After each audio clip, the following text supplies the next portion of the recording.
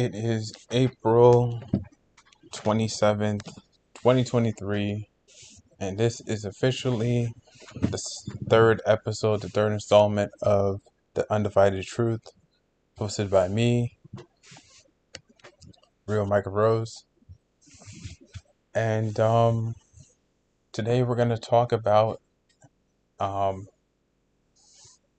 the Miami Heat. We're going to talk about the Los Angeles Lakers, both of my favorite teams. The Los Angeles Lakers being first and the Miami Heat being second. We're going to talk about why I believe that the Miami Heat advanced in this playoff series against the Bucks, um, with the 8 seed beating the first seed, something that hasn't happened in almost 20 years. I believe it hasn't happened in 20 to 30 years. I think the last team to do that was the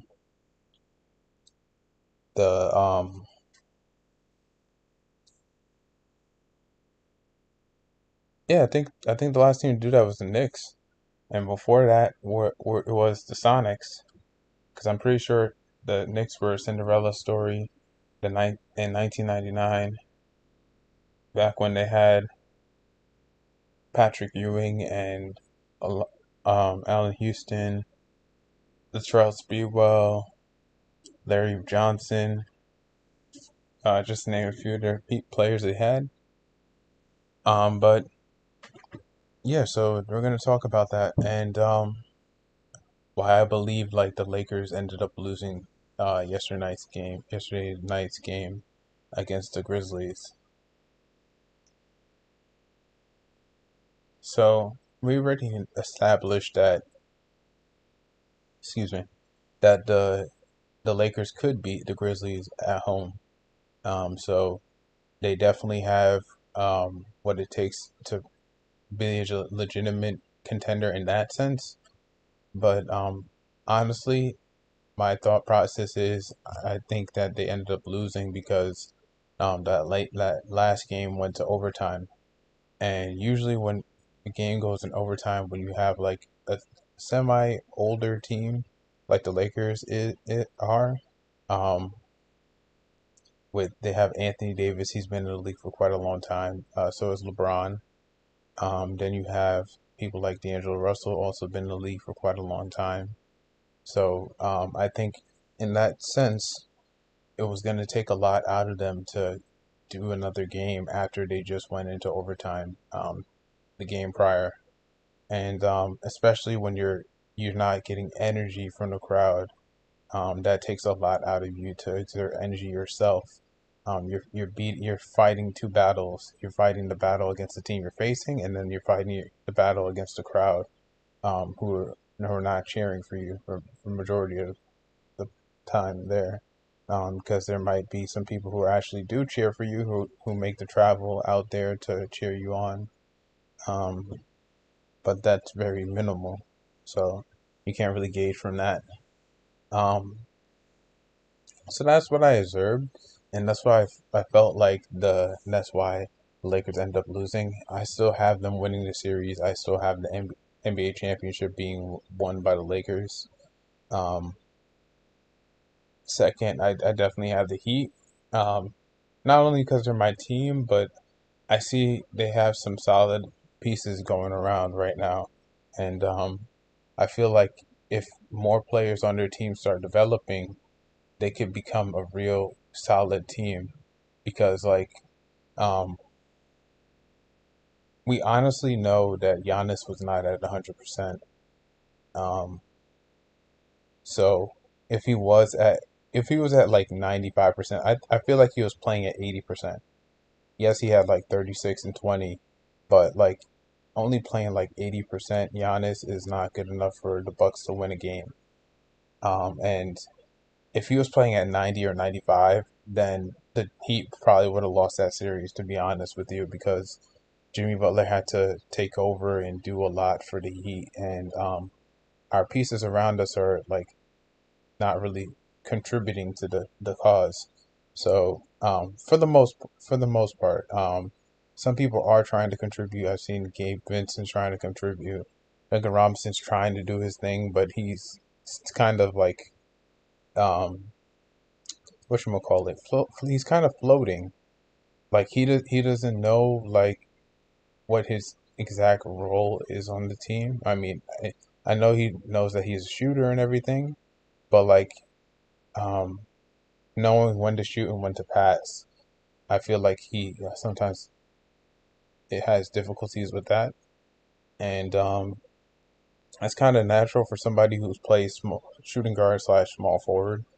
Um, Most of the small forwards in the league now they know how to pass, and he's like kind of left in the loop of those one of those players who doesn't really know how to do either of those things. That doesn't know how to do passing for the most part. Um, but the way you get out of that is if you get on a system that is valuing passing. I think if he were to go to a team like probably the Golden State Warriors, he probably from like day one he would learn a different system and learn how to pass more efficiently because on Golden State is a perfect example of a team who knows how to move the ball, even though for the majority of Golden State players are shooters. Um, so like definitely something that I feel like they could improve on is playmaking for the Heat, and then of course defending because uh, one of the oldest adages of basketball is if you could hold a team under 100 points, then you're a great, solid defensive team. And for the majority of the time in the playoffs, like we haven't held anybody under 100 points. I don't think we have held anybody 100 under 100 points. We're kept them at 99, which is still under 100, but like pretty close to 100. Ooh, excuse me. But that's what I feel like about the Heat and how I feel about the Lakers. I think I don't remember who they would be facing in the next round. I think who else is in the Eastern Conference? So we got the Philadelphia 76ers, but I already know the Sixers. They're gonna face the winner of the Hawks Celtics series. Then we got the Heat. They just beat the Bucks, which means they would go up against. Trying to think which other team is in the East. Because honestly, I pay attention a lot more to the Western Conference. I know the Suns just eliminated the Clippers, um, which wasn't surprising for me. I knew once they had Kawhi Leonard and Paul George injured, that the Clippers wouldn't have a chance of winning that series, especially um, especially with Kawhi getting injured, because then all the all of the baggage has to go down to Westbrook. Like all the pressure and responsibility has to go down to Westbrook. And Westbrook could lead a team for a good amount of time, but like when you're facing four All Stars, like you're bound to like run into trouble. Um, but that's just my feeling. And so they got the Suns, who advanced. They're going to be playing the Nuggets, who just advanced, beating the Timberwolves. And then you have, excuse me, trying to think who's the third and sixth seed in the East.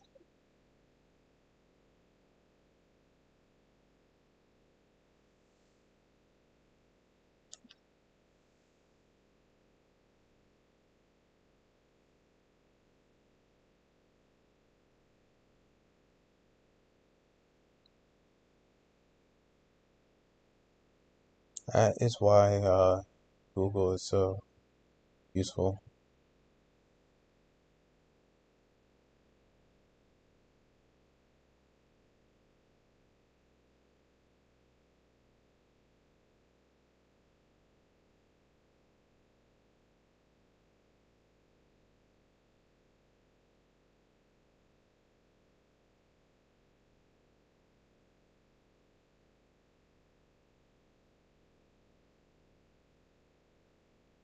Oh yeah, the Knicks and the Cavs. So yeah, that's who they're facing. I think they're gonna face the Knicks.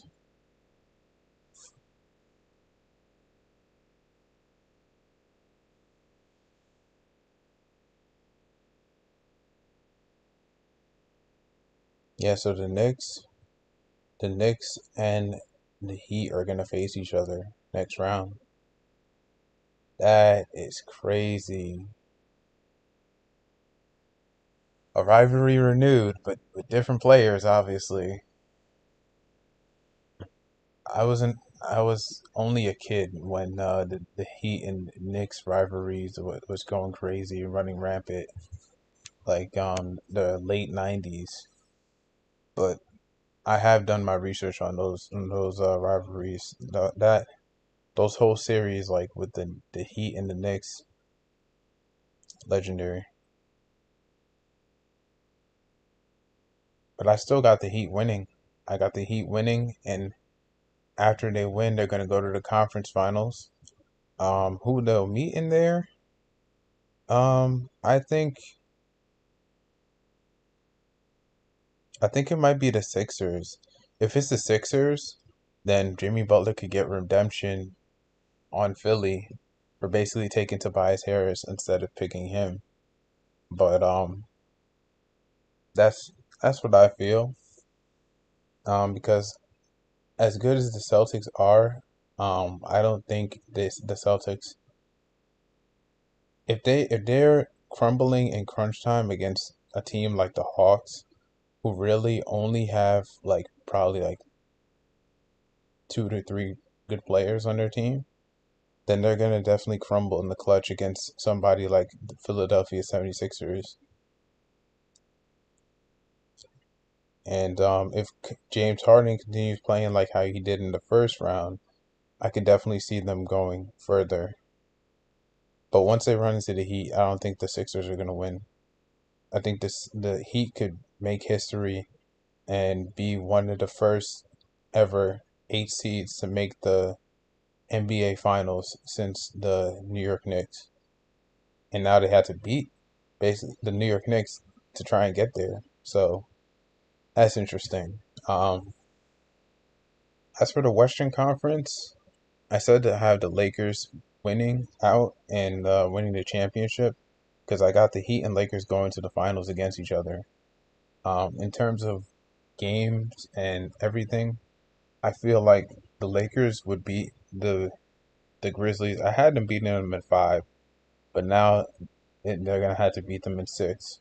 I don't see it going to a game 7. I don't think LeBron's gonna let it go to a game 7, especially in the first round. And they need the rest. They're gonna need the rest, all the rest they need. They're gonna get, especially if Golden State somehow lays an egg in Game 6 and they go to Game 7 with the Sacramento Kings. I think the Kings could easily close it out against Golden State. Golden State. Um, Whenever I watch Golden State games now, I feel like it's Stephen Curry, maybe a little bit of Klay Thompson, and then everybody else. Like Jordan Poole, he tries to step up, but at the end of the day, like he doesn't really get a lot done for the team. So I don't see like too much about him doing too much for his team. And Steph always on defense, he has to pick up the crazy matchups. So I feel like that's where that team like ends up having to do a lot.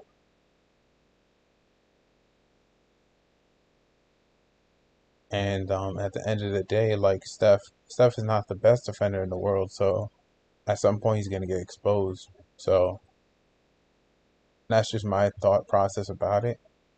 Um, so I basically have the Lakers winning in 6 against the Grizzlies. Then in the second round, they're gonna face either the Kings or the Warriors. I think it might be the Warriors, but the Kings definitely have a shot. Um, I have always said this like before I even had a channel or whatever, and I about the Kings. They've always been my dark horse team. I've always felt like they've always had a shot to get into the playoffs, make a deep run, and do something big for themselves. They just never had like direction as far as the players that they selected. Like they would just select the best player just to select the best player. They never had plans to build around the player. But now you can see that they're legitimately trying to build around De'Aaron Fox, which is good. And then you have somebody like then you got the Lakers versus the Warriors. So I think the Lakers are gonna win that series too. It's gonna go to 6. I think. I don't think it's going to a game 7 with the Warriors and Lakers. And if it does, the Lakers are still gonna win. I think. I'm just being honest because like I feel like um no offense to Golden State because even though I'm not a Golden State Warriors fan, I feel like they lack depth this year. Like they lack depth heavily. Like the game that they missed Draymond that they ended up winning, they were at home. Imagine if that game was at a away game. I think they probably would have lost the game. And it just comes down to like the players that they have on their team haven't been in that many big moments. Gary Payton II has been in big moments. Andrew Wiggins has been. Jordan Poole has been. Steph has been in a lot of big moments. Clay has been in a lot of big moments. Draymond has been in a lot of big moments. But out of those like 6 players I named, 3 of them are getting older, and the other 3 are still fairly young. And you kind of say Andrew Wiggins is getting older. I mean, he's been in the league for what 9 years now, since 2014. So so yeah.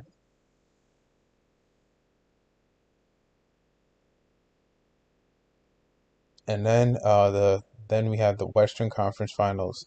So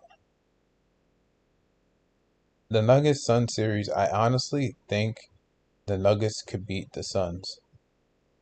My thought process behind it is the fact that DeAndre Ayton is not going to be as aggressive as people think he is. I think he's a soft big man. He doesn't get aggressive in the post. He's not a post player. He's barely a mid-range shooter. He can't shoot the three. And when he gets to defend Jokic, he's going to have to guard the perimeter. He's going to have to guard the paint. And he's going to have to guard his passing.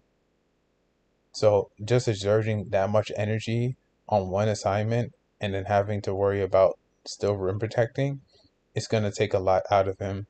And by that assessment, like they're going to pretty much have like a 3.5 players to worry about. Like, um, DeAndre Ayton's not even a full player they're gonna have to worry about. So that's just my thought process on that. And I feel like the Nuggets are gonna beat the Suns, and the Nuggets are gonna head to the Western Conference Finals once again, like it's 2020 again, and facing the Lakers. And the Lakers are gonna beat them again. And it goes back to my thought process of the fact that I think the Nuggets they lack depth. So the only team in the Western Conference that has legitimate depth is the Lakers. Like from top to bottom, the Lakers have depth and they got maturity on their side. So when you got maturity and you got depth, you got a solid team. Now, a team like Memphis, they kind of got a good amount of depth. They got Luke Kennard, they got John Moran, they got uh, Dylan Brooks, they have Desmond Bain, Xavier Tillman, um, and they have Jaren Jackson Jr. They have, I mean, that's just about it. That's about the starting 5 plus like a bench player. So that has a little. They got a little bit of depth to them, but they lack maturity. So I feel like the combination is depth and maturity is the way you got to go to the Western Conference Finals or higher, the NBA Finals. And I feel like the Lakers are going to make it and the Heat are going to make it. And at the end of the day, the Los Angeles Lakers are going to get their 18th championship and break the tie between them and the Celtics. And everybody's going to look back at this and say, like, you remember when LeBron James got so mad about that call in Boston? Now who got the last laugh?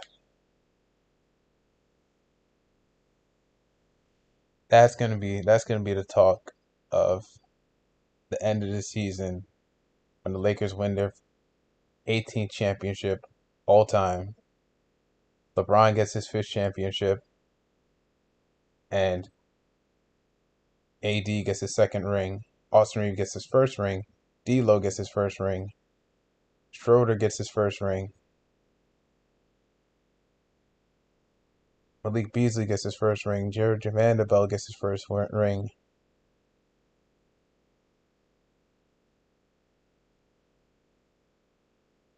Troy Brown gets his first ring. And the Lakers, once again, are on top of the NBA world.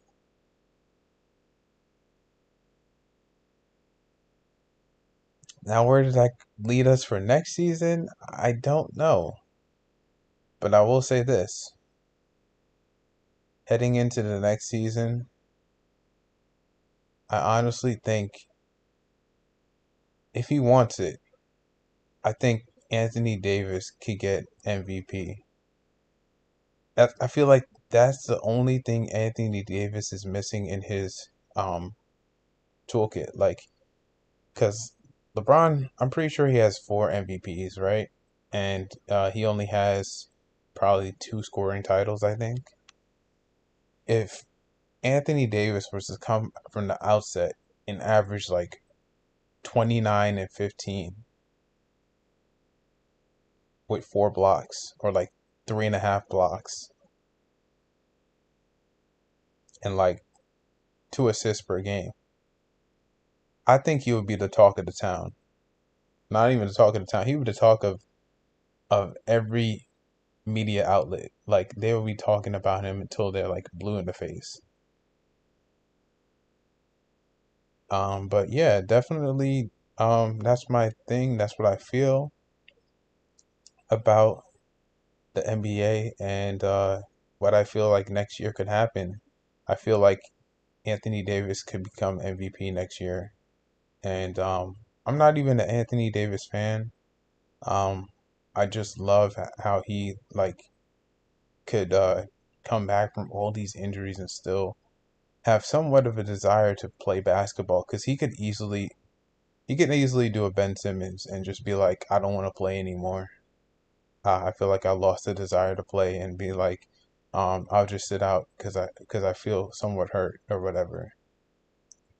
You know what I mean? And he could easily do that, but he still goes in there and he still tries to do what he has to do to be a legitimate force for the Lakers, and I appreciate that as a fan. Um,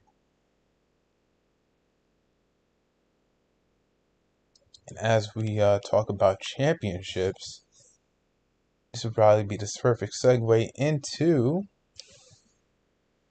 the championship talk about the World Heavyweight Championship for WWE and who I think should win it. Now, who I got winning the World Heavyweight Championship? It's got to be. No, it's not this guy right here. It's not this guy. It's not the Miz. I feel like he in terms of championships, he can't. I don't think he's gonna win another championship, and if he does, it might be the Intercontinental. I don't think it's gonna be a world title anytime soon. I was happy when he did win championships back, major titles back then, and honestly, on the mic, he honestly nowadays he's like second to none almost. Um, the only people I think talk better than the Miz are probably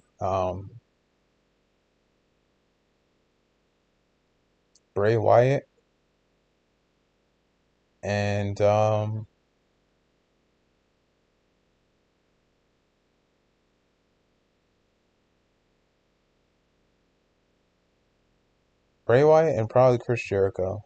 Yeah, that's probably like the only two people I can name to be better than the Miz nowadays. Cause like the Miz, I feel like he has like if you look from where he started to like now, like he has evolution. He is evolved every single time. I think the best wrestler at evolution is definitely Chris Jericho, which is why he's my all time favorite. He could evolve and come back even stronger than ever every time. It doesn't matter what he's doing.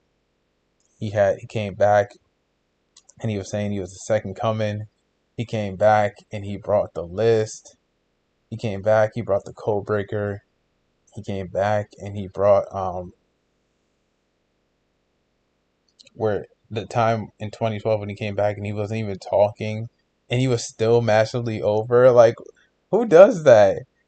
Like, the only person who can't talk and is massively over is Mr. Bean. Like, nobody could actually do that in real life. But yeah. So like,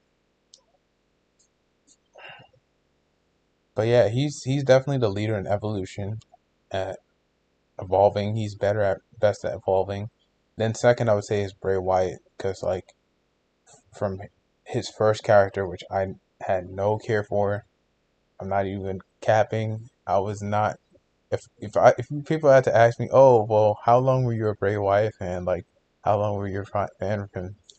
Like, I wasn't a fan of him when he was Husky Harris. I thought that character was so damn goofy. I was just like, I was looking at him and I was just like, there has to be more to this guy. Not only because like I know how WWE works and stuff like that. He I don't think he from his name you knew he was not going to get over with that. But but the fact that he has like legitimate ties to wrestling, like he has his father was a wrestler and then he has I think his uncle was a wrestler as well. So he has ties to wrestling, so wrestling is in his blood. So I knew eventually he would break the mold and make his own character. Um, so I was just waiting patiently to see what would happen with him. And eventually he found his own and he's got his own niche of a cryptic character, which cryptic characters, I feel like now because people say that wrestling is fake, it's not fake, it's scripted like any damn movie you watch. So stop saying it's fake, it's not fake, it's scripted. There's a difference. But saying that is like because like when lights flicker or whatever, like lights are flickering off and on, or lightning strikes or whatever.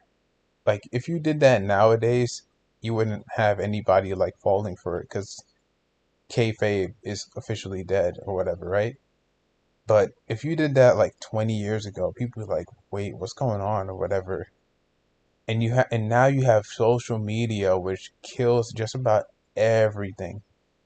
Um, like one person could find out a secret, and then by the time that person tweets about that secret, the next day that tweet that they made goes viral, and now everybody is talking about it.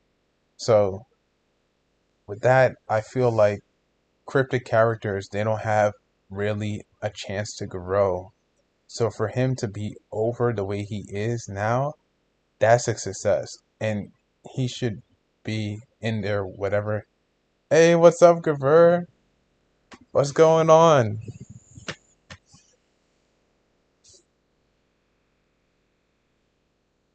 How you doing?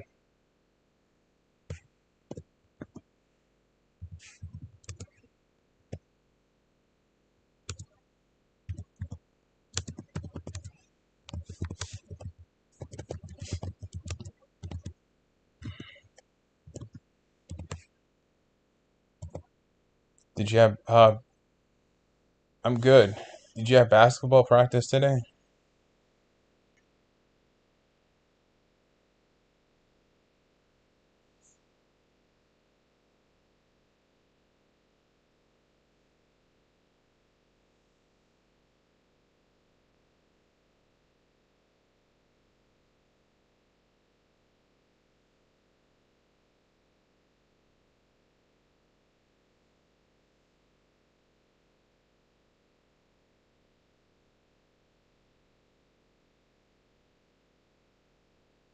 Yeah, so I was just getting done talking about the Lakers and the Heat.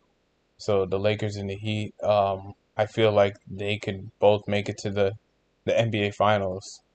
Not only because they're two of my favorite teams, but I feel like in terms of depth, they got like a good amount of people on their side. I feel like some players on the Heat just need to step up. I didn't think that um they were expecting for somebody like Victor Oladipo to get hurt again.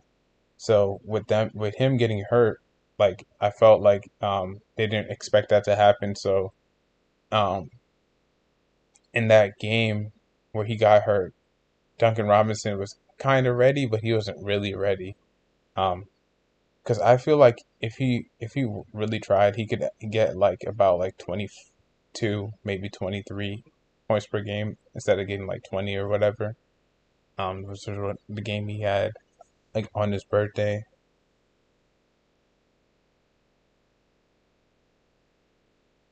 Oh, okay. You have practice tomorrow and a game on Monday. That's good. Ah, you had the Celtics winning. Ah, man. Yeah, Jimmy Butler has been balling lately, and it's helping the Heat team do everything they need to do, which is so great. I love how um I love how he's basically motivating his guys by leading by example, because there's different ways you could lead in any situation. There's leading by example, and then there's also leading by um which is leading by action, and then there's also leading by motivating, by talking, just getting your team ready for battle, because you know every game is going to be a battle, because the playoffs, the intensity heightens and everybody is on the edge of their seat. Every fan is on the edge of their seat, waiting for moments to happen and ready to get their cameras ready if they're there live. But yeah, I don't have the Celtics winning. Um, I feel like if you collapse late in the game against a team like the Atlanta Hawks, um, with one of their best defensive players not even playing the game, and then basically having their roster that they had in 2021, like I feel like that would be like that's just cracks in the armor. And by the time they get to the Sixers, the team that they would face next if they were to beat the Hawks, I think that the Sixers, Doc Rivers would definitely try to do a number on them, especially in the post, because he's gonna be testing Robert Williams III. He's gonna be testing Al Horford. Um, and then if they could work mismatch as well, like if Harden really gains his confidence like he had in the first round and he shoots lights out, like that'd be good. That'd be great. But first things first, they gotta get Embiid healthy. Because he's been up and down with health. Not just as of late, but like practically his whole career in the NBA.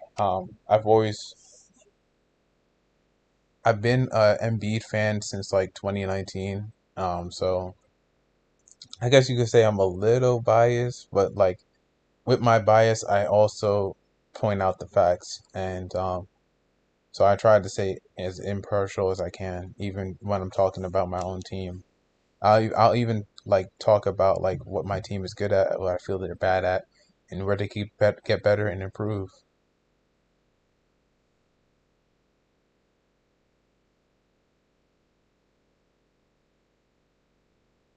Yeah, that's facts.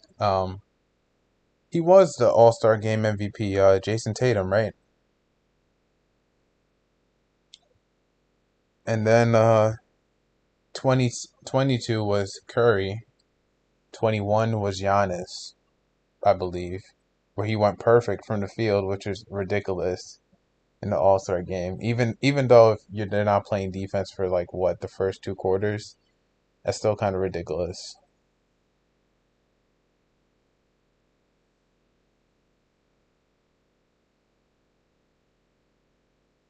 Oh, okay. I know I've heard of Jimmy High Rollers before. I've probably seen like maybe one or two of his videos before.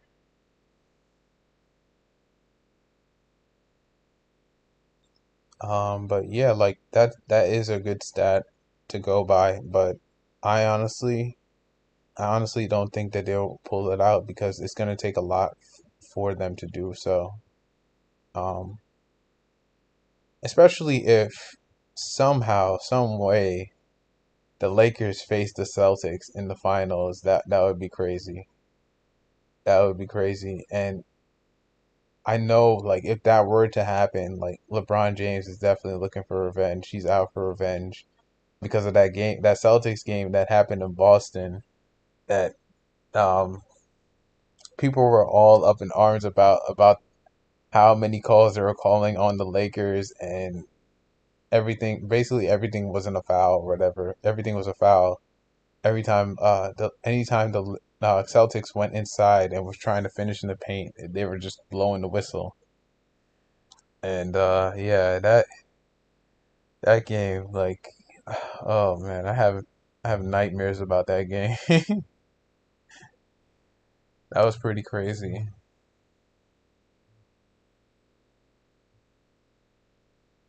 But I feel like that's what they'll be talking about. That'll be the talk of everything by the time, um, if anything happens, like at the end of the season, if the Lakers end up winning the championship and everything, that'll be the talk of all sports related media outlets will be talking about.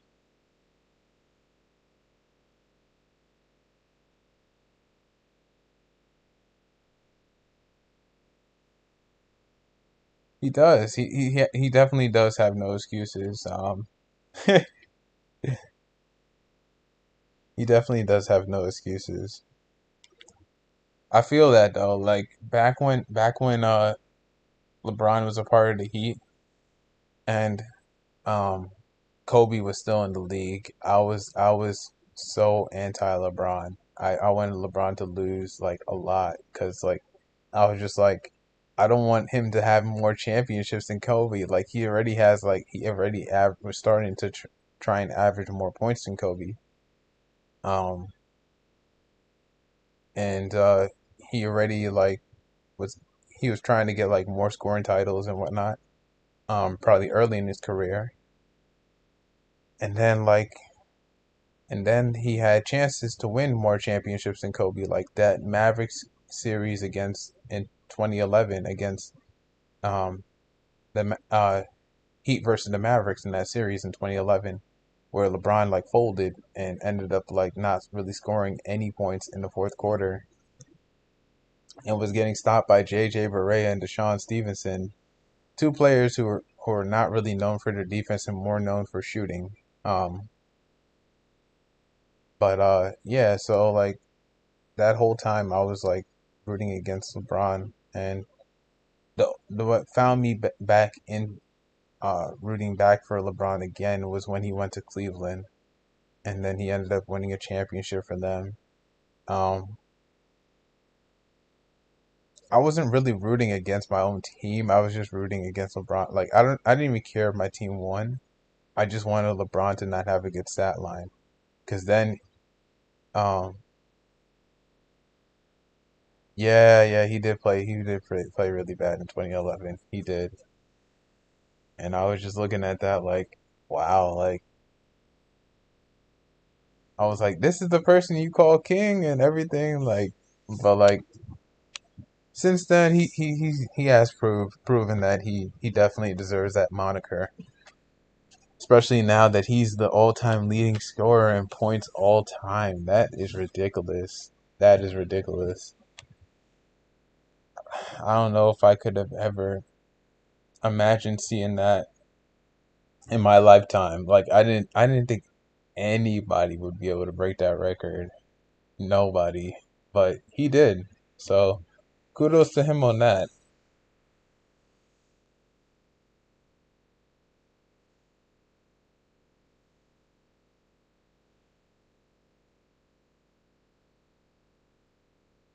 Yeah, their tactic was to let him shoot threes. Um I mean that season he was actually pretty good at three. Um oh, you're talking 2007. Oh yeah, you're probably talking 2007 cuz I'm thinking 2013 cuz 2013 14 is when he was definitely like one of the best three-point shooters. But then again, like when you have Ray Allen as your teammate, like are you really gonna be terrible at shooting threes? You could just look at Ray Allen and be like, all right, like how am I supposed to shoot? Like what is my arc is supposed to be on the shot? How's my power supposed to be and my accuracy and everything? Like even when he was playing with the Heat, like he was learning from Ray Allen how to shoot free throws. I think his shooting free throw percentage went up from his free throw percentage from the line went up during the time that he was with Ray Allen, and his free throw almost looked identical to Ray Allen's free throw.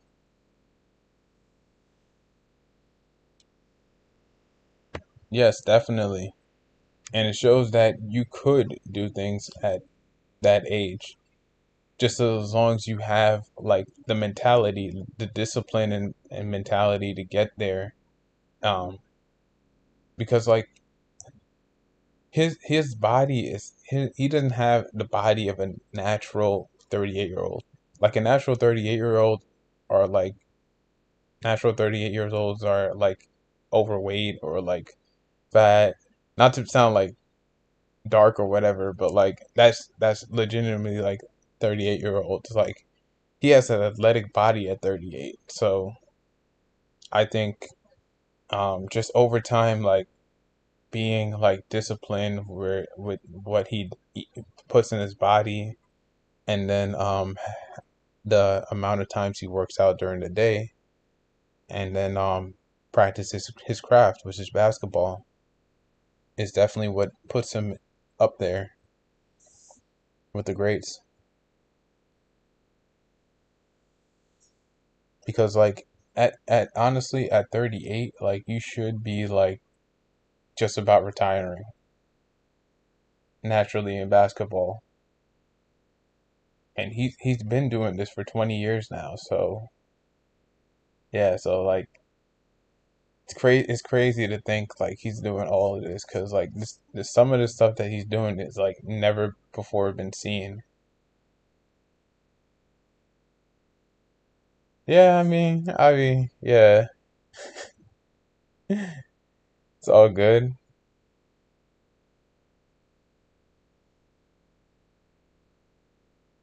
I can't say anything. I can't say I like MJ as a player. I just respect what he's done for basketball.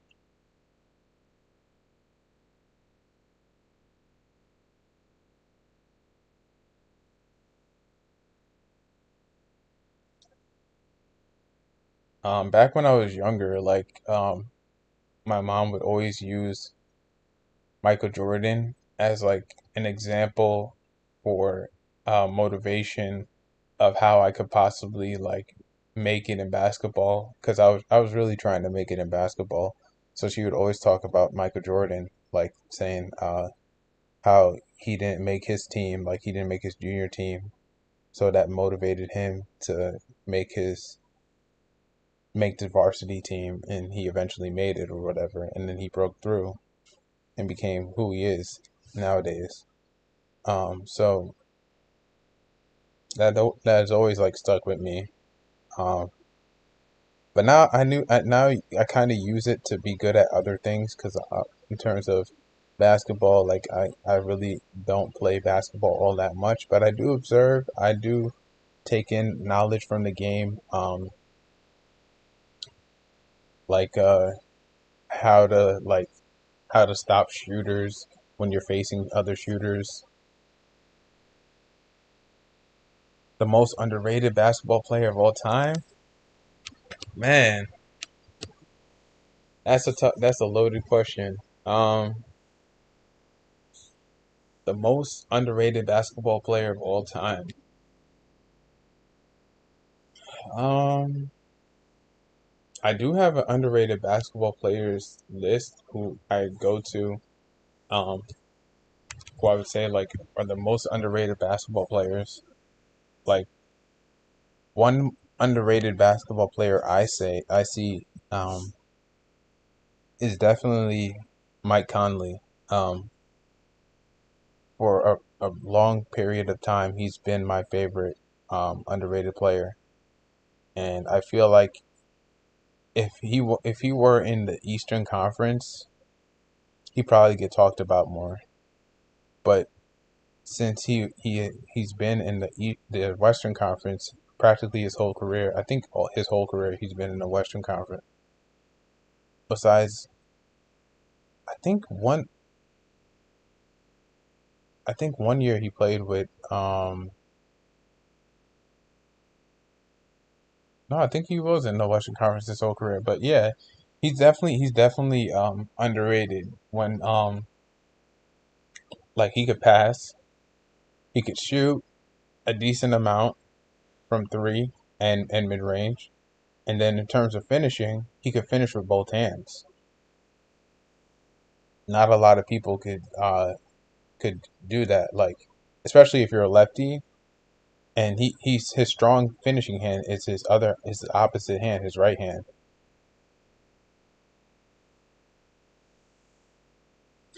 So I say Mike Conley.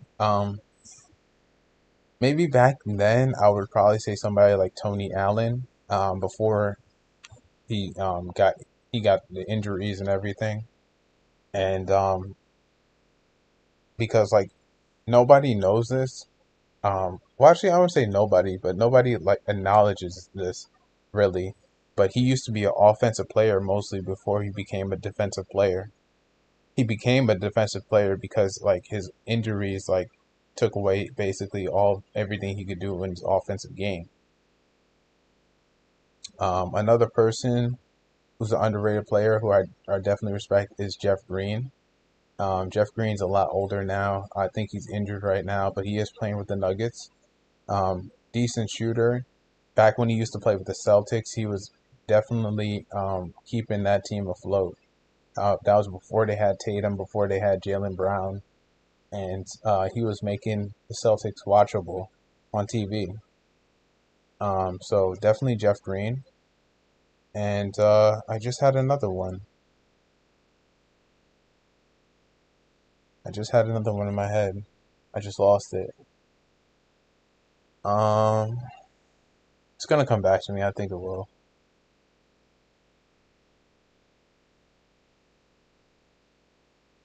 But so far, those are my underrated players of all time. Definitely, Mike Conley would probably be number one. Um,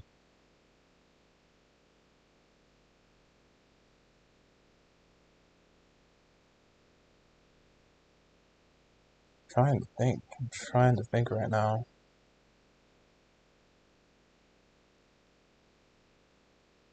Oh, I had. That's who I had. Avery Bradley. So that's another player who I feel like if injuries weren't a thing, um, he definitely could have done some good things too. Because back when he was with the Celtics, he started becoming a better shooter, and his offensive game started progressing after for pretty much the early start in his career, he was mostly a defensive player. But then his offense came along, and then he started becoming a better player. It's just unfortunate because like the injuries caught up with him, and I think he could have been a better player, easily a better player, had injuries never came up to him. if he had that opportunity to win with the Lakers and then win with the Heat. Because later in his career, like he was definitely a different player. I think he was only averaging like maybe like 5 points per game, but when he was healthy and flourishing, he was averaging like 18, almost 20 points a game. So definitely another underrated player for sure. And that's the guy who I was thinking about. So I did get back to my thought. I knew I was gonna remember it. All right, so cool. So that's like five. I think that's five players. Um,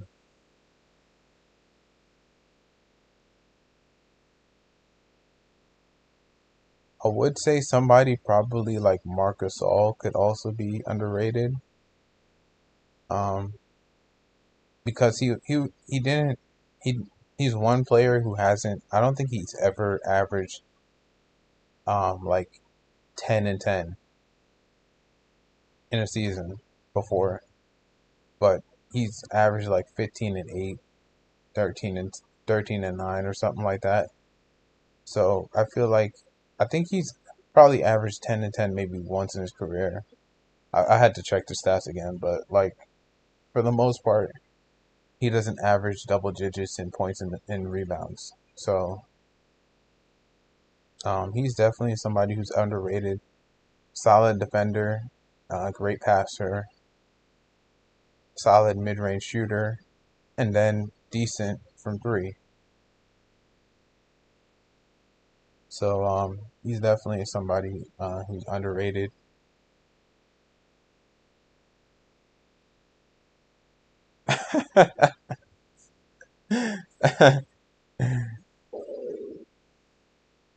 um, Another person is Spencer Hawes. I think Spencer Hawes, like I've covered him on I did a creation for him on my other channel, and he's definitely somebody who I definitely think is underrated in the league.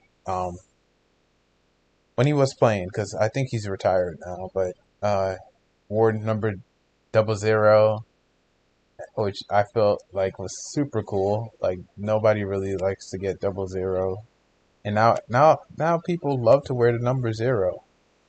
Um, People like people in the Jets organization, New York Jets organization, they're floating around like who could wear the number 0. So I don't know. It's pretty funny what's going on. And yeah, that's a crazy hot take though. Tony Parker is so much better than Chris Paul. Oh man. You know what? Tony Parker does. He's one of my favorite point guards in the league. Um, at one point I thought he was underrated, and then he got a Finals MVP. So after that, I'm like, you can't really be underrated at that point. Um, so he has a Finals MVP. He has he's made it to the finals in 2002, no, 2003, 2005, 2007, 2003, 2005, 2007, um,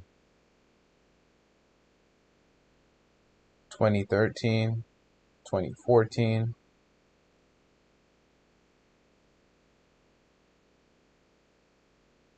Or wait, was he? Yeah, okay, I think he was a part of all those Spurs teams. But so 2003, 2005, 2007, 2013, and 2014. But he has only won 4 rings. Tim Duncan's won 5 rings because he was on the '98 squad that won the ring. I think it was 90. No, it was the '99 squad. I think '99 because they faced the yeah '99. They faced the Knicks in the finals. The Cinderella team of the Knicks, which that's crazy. So Tim Duncan has 5 with '99, 2000. 2003, 2005, 2007, 2014. So that's five. But altogether, he was in six finals.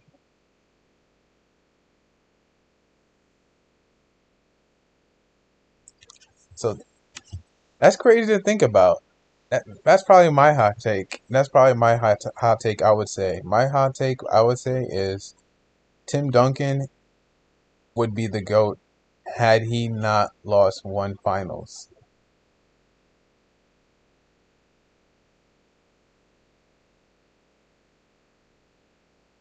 But then again, you could kind of say, well, yeah, he would have six championships, but he doesn't have a three-peat to his name. And that's why I honestly say Kobe is definitely in that GOAT conversation. But people like to talk about LeBron because he's current. Like, Kobe is no longer in the league. Um, R.I.P. Kobe. But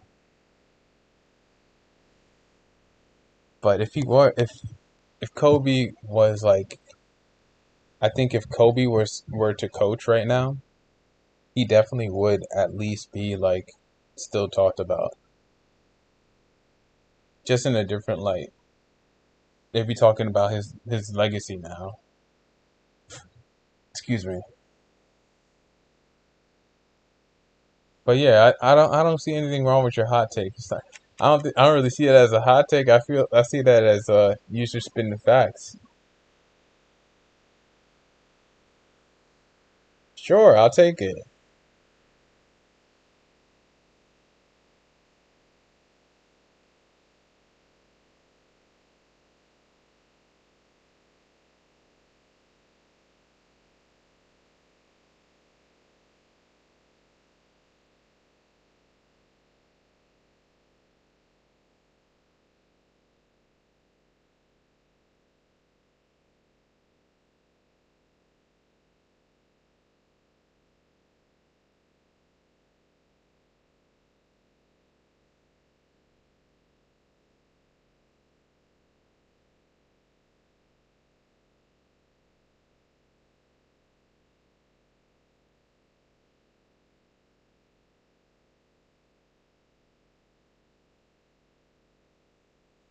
I feel like you're gonna say something like, okay. Oh yeah, that's a hot take. I don't agree with that. I don't agree with that at all. I really thought your hot take was about to be like Greg Popovich is better than Phil Jackson. Now that's a hot take. That's a hot take because I feel like people could honestly debate that. Like, because Pop had to work with basically three people who were not even established. Well, other than Tim Duncan, Tony Parker and Manu Ginobili were not established in the league. And then you had Phil, who had basically had a rookie of the year slash MVP waiting to happen in Shaq, and then you had a rising star in Kobe scoring monster in Kobe, and then you had Jordan who's scoring machine as well, and then you have Pippen who's scoring and defensive monster as well as Jordan being a defensive monster as well. So I feel like I feel like that's a hot take. You could definitely debate that. But Devin Booker being better than James Harden and Klay Thompson, maybe right now he's starting to be better than Klay Thompson, but in terms of all time, no. No, not even close, man. It's not even close. It's not even close. Like I could I feel like Devin Booker is doing what he's doing right now because all he needs to focus on is scoring. No, I don't think he's better than Clay and James Harden. Maybe better than Clay because Clay is so he's off and on. And I'm a Clay Thompson fan and James Harden fan, so me saying this might come out a little biased, but I'm not gonna try and sound biased. I'm gonna speak from straight facts. Like I feel like Devin Booker is doing what he's doing now because all he needs to focus on is scoring. Like as you've seen in the series against the Clippers, he doesn't really need to play defense. Like Westbrook could score 37 on him, or CP3, and he still just needs to put up like 31 or whatever, like a quick 30 piece, and just chill because KD is gonna score like 30 or whatever, right? So,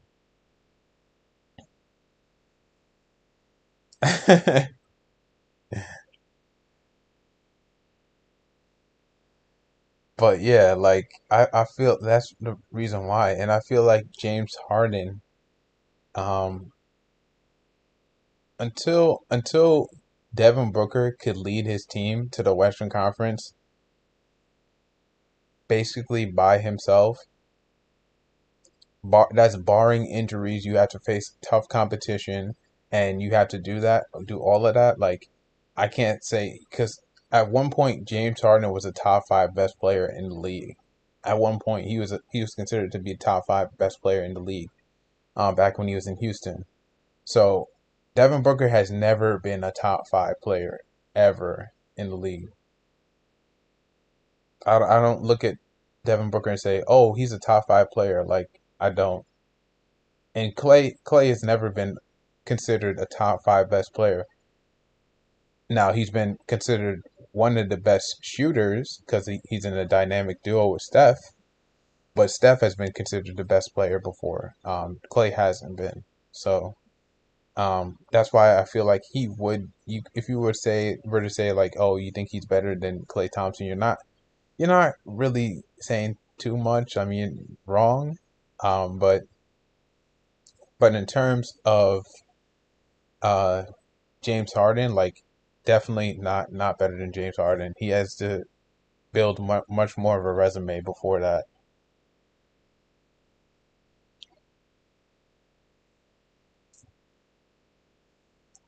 Giannis would average at least 40 points in the 90s. Um,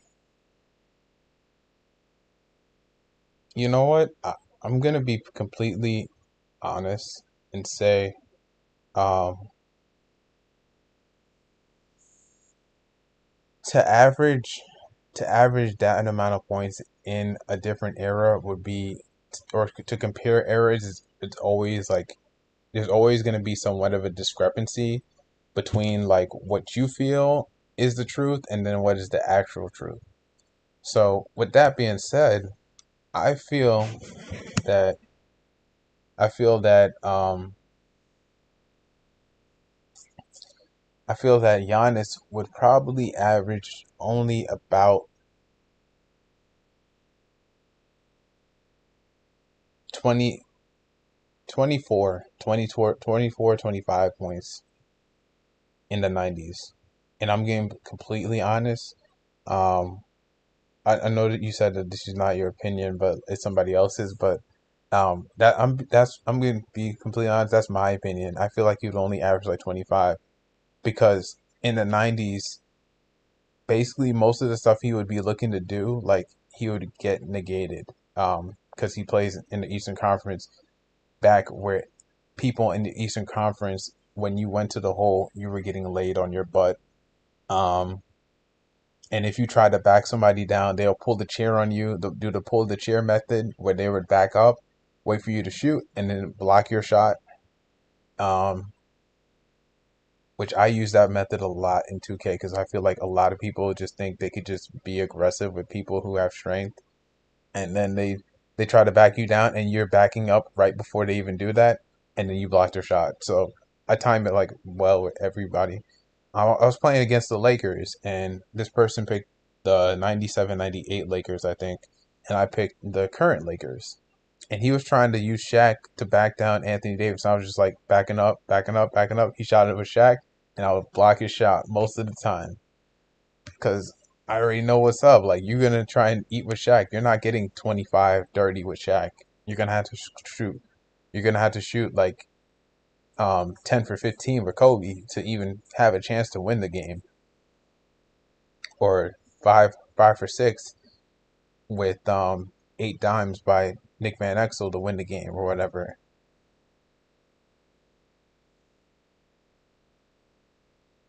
Yeah, yeah, it really wasn't. The physicality was definitely insane. And in terms of rebounds, I would say like he would only average about 8 or 9 rebounds, and that's being completely modest.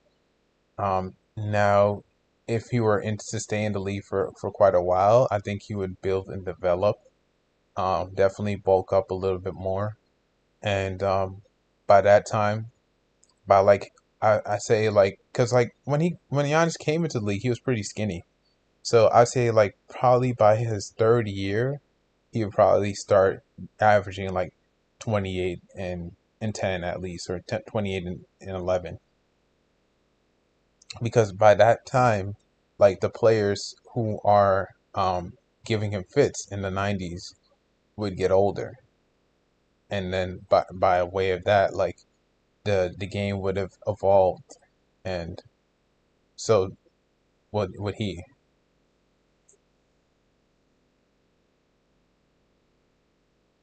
And back to my point about people getting laid on their butt whenever they go to the rack, like because Giannis likes to be aggressive and go to the rack a lot, people would be fouling him, which means he would have to hit free throws, which means his points per game would be dropping because his free throw percentage is not that good.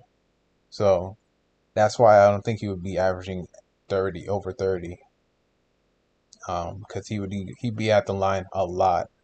They would be fouling him probably more than Shaq, and he would be missing a lot of free throws.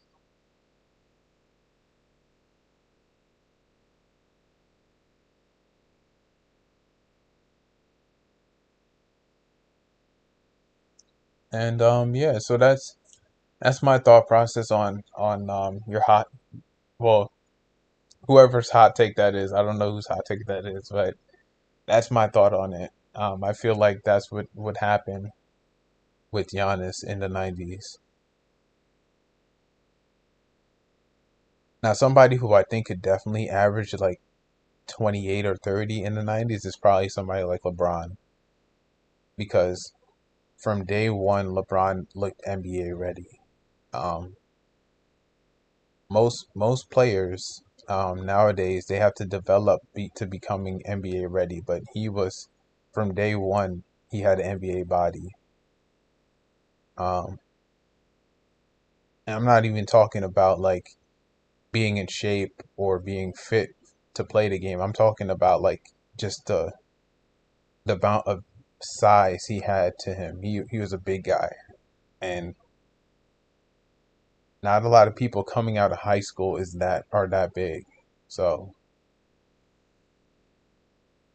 literally and figuratively speaking. Um,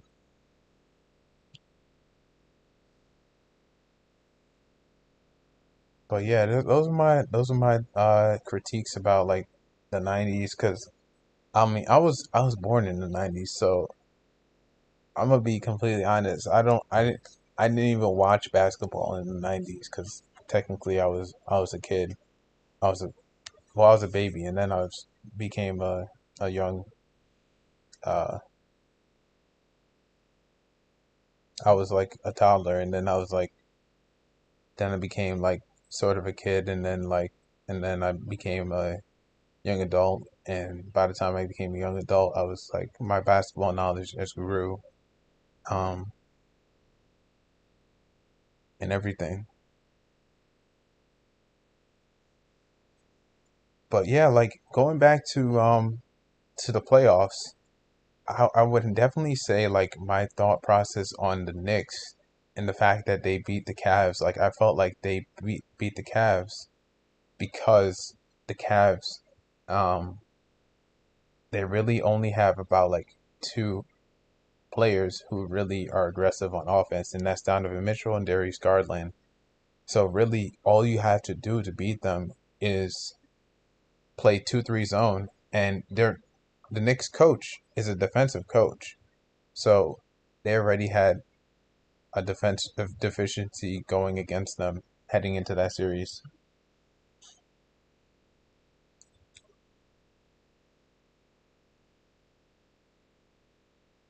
Yeah, the game is more skill technical now. I feel like the more time, if they were to like eliminate um like shooting fouls where you jump into the defender to get a foul. Like if they were to take that out of the game, like the game would evolve so much more, and you would see the difference between people who actually deserve to go to the line and people who don't deserve to go to the line. And I kind of don't want to say that, but like because like some of my favorite players have abused that shooting foul rule to get fouls themselves. Like Kobe's abused it, and Dwayne Wade has abused it. Where you jump into the defender and the defender jumps into you, and then the referee just blows a whistle. You go to the line. But I don't legitimately see that as a foul because you as the offensive player are forcing the contact on the defender. What's the defender supposed to do? Like you stand there? Like obviously they're gonna react to what you did.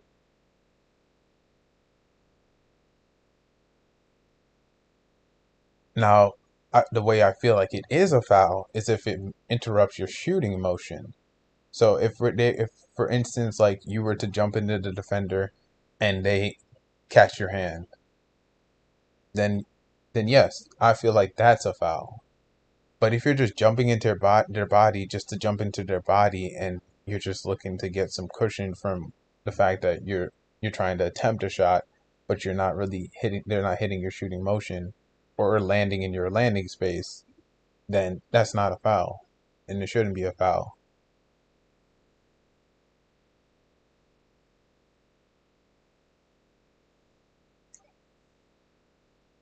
And you could just see like the deficiency between people who play basketball like EuroLeague basketball and NBA basketball where if that were to happen in EuroLeague, like that, they're definitely not calling that a foul.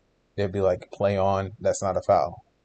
But in the NBA, if somebody were to do that, they would call that a foul. So I feel like if we eliminate that out of the game, that would bring in more viewers. More people would be like, well, the NBA is not soft, while people are actually getting fouled for real, and the refs are actually keeping the game um, legitimate.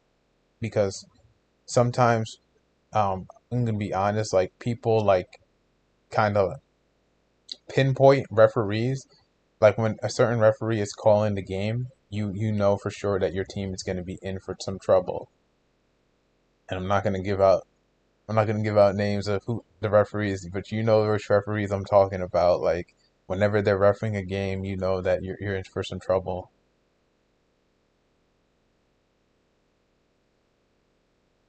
And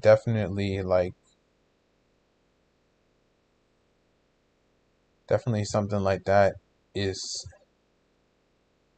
what I feel like changes the perspective of the game and makes it tougher for players to be aggressive as they want to be.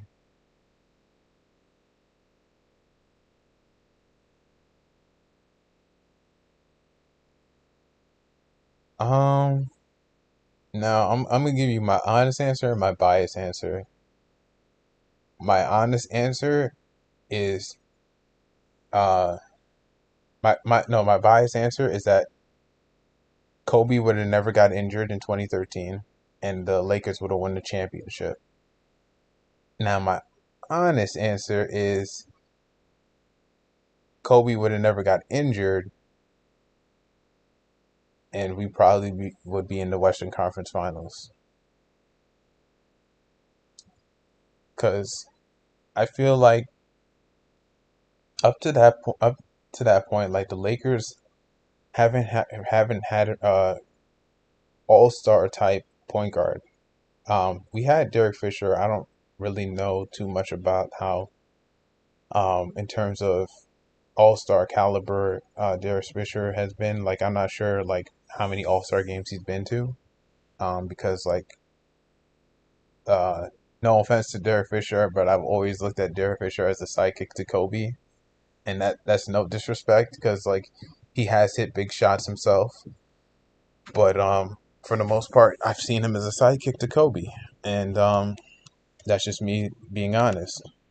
Um, but but like if we were to bring in Chris Paul, like that would give Derek Fisher more rest.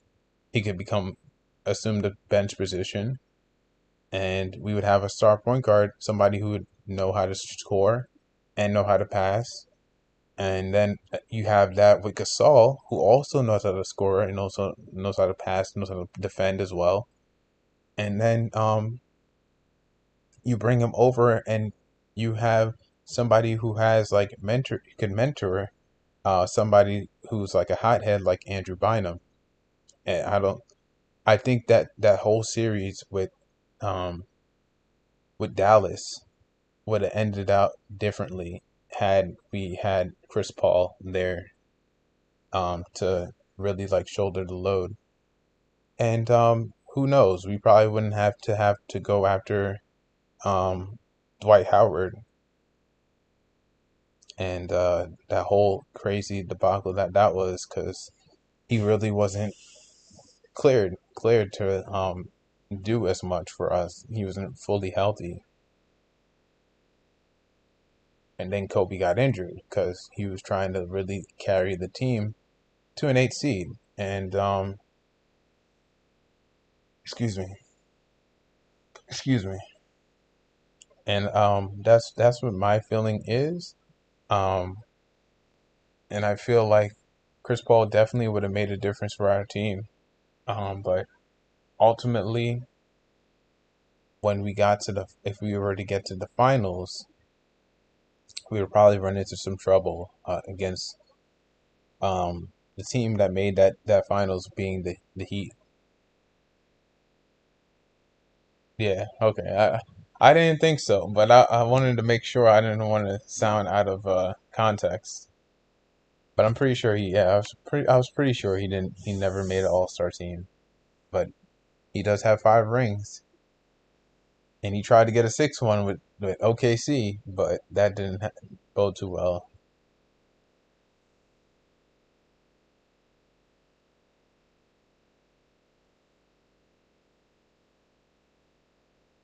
But no, I really respect Derek Fisher, what he's done for the Lakers organization and everything. Um, every Laker player was integral in them winning, um, in us winning those championships, especially when it comes to like level-headedness. I feel like um, Derek Fisher was always like the peacemaker, the guy who would keep the peace between Kobe and Shaq when they were really like butting heads from time to time um, about who should take the most shots and who shouldn't take a lot of shots or whatever. And but that's just the naturality of what's gonna go on when you have two alphas going at it. Now, now if Chris Paul were to be with Kobe, like it would be like an alpha if an alpha and a sigma got together, and definitely Kobe's the alpha and CP3 is the sigma, and both could lead, but the sigma knows when to defer, and the sigma would defer to the alpha, and the alpha would then in turn um reward the sigma when the time is right. So I feel like that's really how they would enter and uh work out together, how they would work out together. Yeah, yeah, yeah. I mean,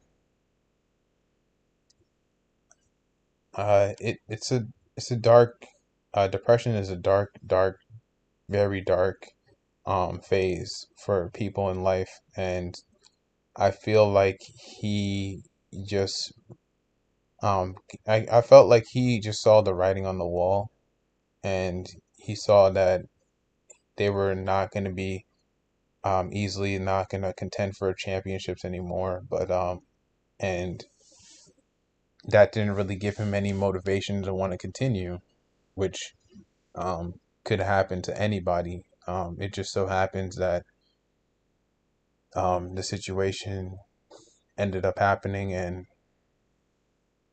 now it's pretty sad, like what he's been through. But he's still here. He's still trying to fight, and I pray for people like that because like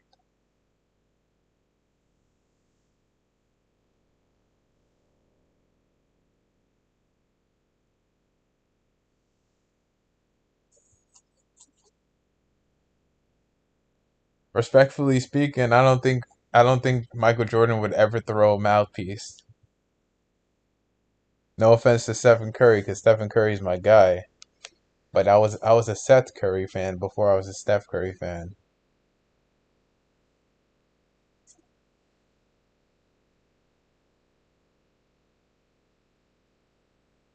But yeah, I don't know. That's another. I think that's a hot take. I think that's a hot take.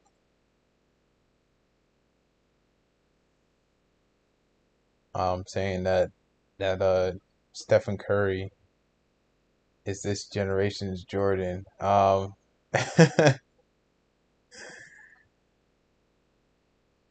Because I don't think Jordan would would do some of the stuff that Steph is doing. Um, like I gotta speak the facts. I mean, I'm a fan of the Stephen Curry, but I gotta speak the facts. Like he nearly threw away a series, a three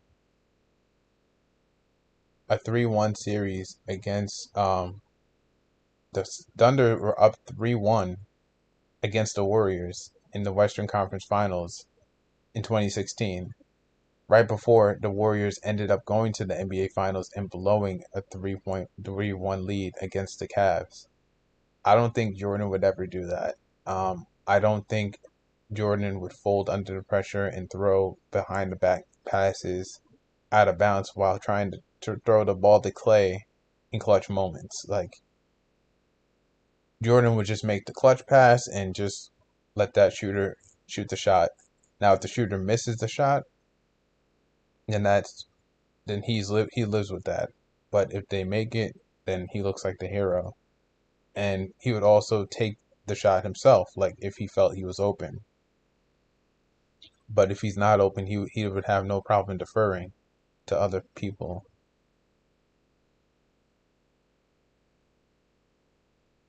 But now if I had to compare if I had to compare Steph Curry to somebody today, from uh from this generation to Steph Curry, from last generation to this generation to Steph Curry, I would say,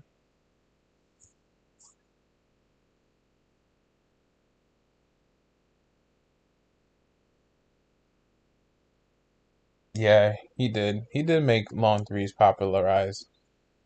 He popularized that. Like how yeah, Jordan did make dunking fun. For me, it was Kobe. Like Kobe made dunking fun, but like then I like increased my basketball knowledge and I look back at Jordan um and I also used to watch the Like Mike DVD uh movie. So like I was just like, yeah, like he definitely did popularize dunking for sure. Um man, uh who would I compare Steph Curry to?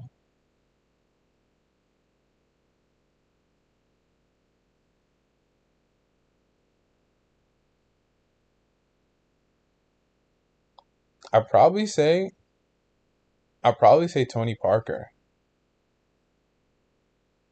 because Tony Parker, he has a great floater game. So does Steph Curry. Um, the only difference is that he's not a great 3-point shooter. Um, in terms of mid range shooting, he's solid. He's solid there as well. He's not a great 3 point shooter, but like he's like a better version of Tony Parker, I would say. Passing definitely because he's a combo guard, and shooting at the free throw line, like that's also probably where Tony Parker like differs from Stephen Curry because like in terms of career shooting at the free throw line, like Stephen Curry is like 95 and above, and Tony Parker I think is like 68 or something like that. So I think he's a better version of Tony Parker, and plus he has one Finals MVP, just like Tony Parker, and he has 4 rings, just like Tony Parker. So I feel like he's a better version of Tony Parker.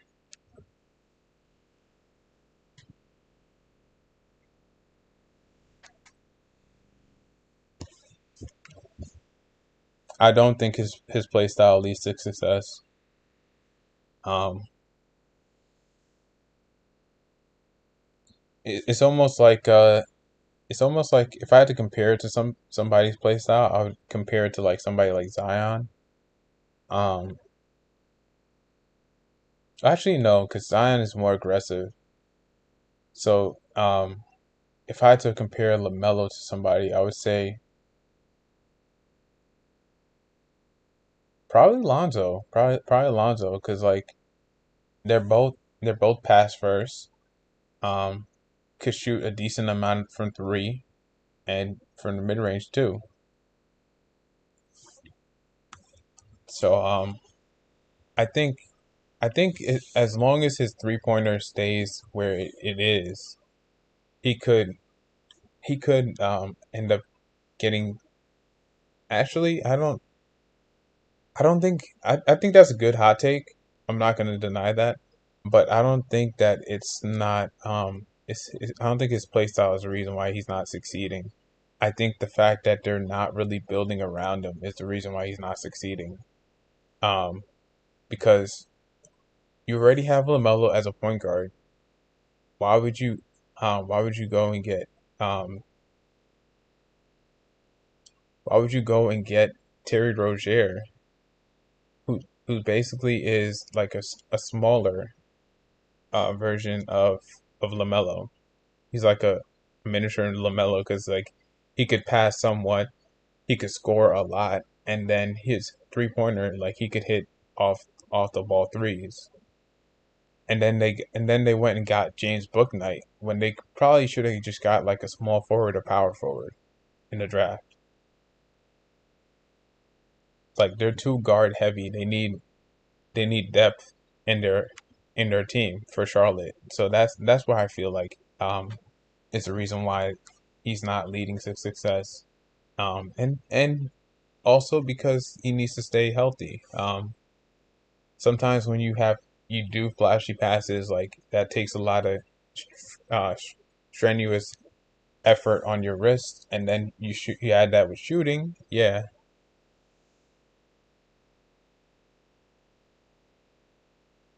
that's great to know. Lamar Jackson's actually one of my favorite quarterbacks. My top 5 favorite quarterbacks right now.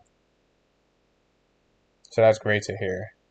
Um, as you could see, I think you can see whose jersey I'm wearing right now. You could see he plays for the Ravens as well now too.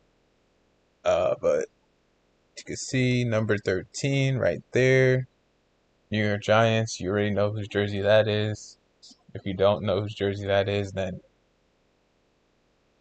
you're probably been living under a rock or something. But that's my favorite receiver in the league right now. My favorite receiver, and I through the ups and downs, I've supported him, man. Like he is still my favorite receiver. I don't care like all the craziness that goes on through his life and everything. Like he's still my favorite receiver. Um, and I would support him no matter what team he goes to. I don't care if he goes to the Cowboys, which I would never want him to go to the Cowboys, but I would still support him. I would want him to get his stats. I probably wouldn't support him winning because I don't want to see the Cowboys win the Super Bowl. But like, yeah, yeah. But somebody whose play style I don't think leads to success is Zion Williamson. Definitely Zion Williamson. This man has maybe like one or two dribble moves. He gets to the basket and he scores. Like if he were to pay, if you replace LeBron with Zion and you put Zion on that Cavs team in 2007 against the Spurs, oh my gosh, he would have got so exposed. So exposed. He hasn't since his rookie year, like he hasn't really attempted three. He doesn't really shoot any mid range. He doesn't shoot in the post. He just drives inside. So he would be met with intensity and aggression every time he tried to go inside. But he's so damn big compared to like just about anybody in the league now. Like he could just do one or two dribble moves and get to the rack and score. Like that used to be Brandon Ingram. Like he used to have one or two dribble moves and then he would get to the rack and score. But he soon realized like people are bigger than me, so I had to change my play style, and he developed his shooting. Um, then you have like a lot of other factors that played into it. Like he was playing with LeBron James, and he was an off the ball shooter. He's a ball dominant shooter.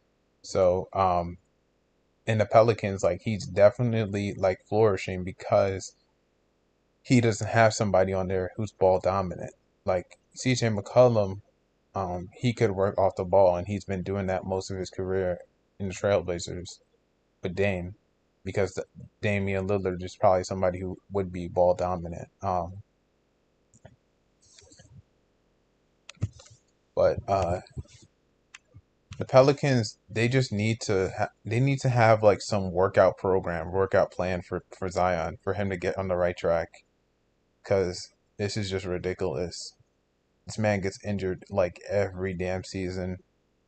Um, he's looking worse off than Anthony Davis, and like Anthony Davis, this man is known for injuries. Like he could stand up and stub his toe and be out for 2 weeks.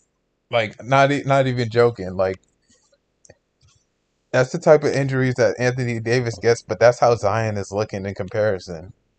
Like he could walk down he could walk down 10 steps and be like out for like a whole month.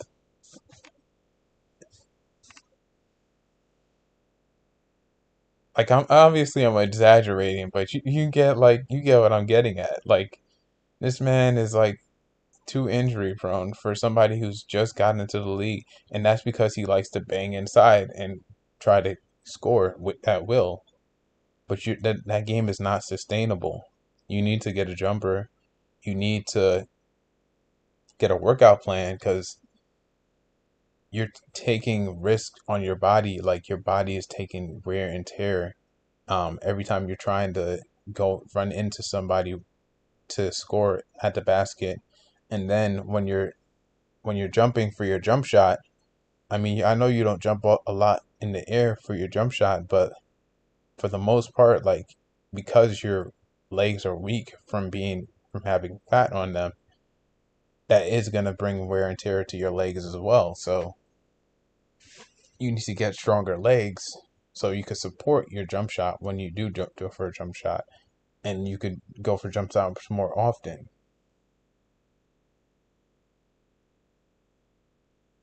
But that's my thing about Zion. I mean, I kind of went off on a tangent, but like I felt like that's probably what my hot take would be, like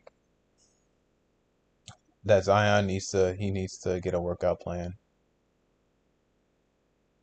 Or the New Orleans need to get him a workout plan, because like as soon as I saw that he was going to New Orleans, like they were drafting him and everything, I was just like, this is a recipe for disaster.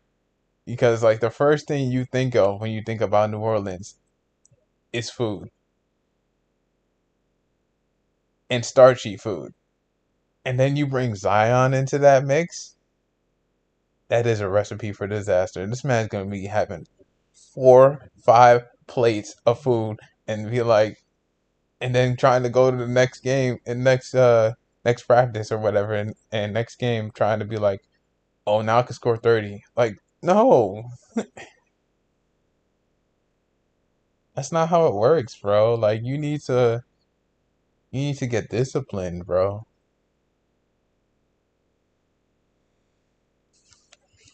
I'm gonna give you what I think his ceiling is and what I think his floor is. So honestly, I'm gonna say his ceiling is if he honestly develops his game, and I'm saying like develops his game like post scoring, like he scores in the post. He also doesn't he goes to the rack, but he doesn't go to the rack like every single damn time. And then he develops an outside shot.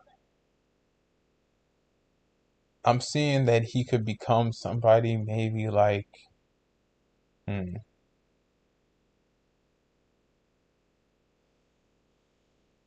oh man, it's kind of hard. It's kind of hard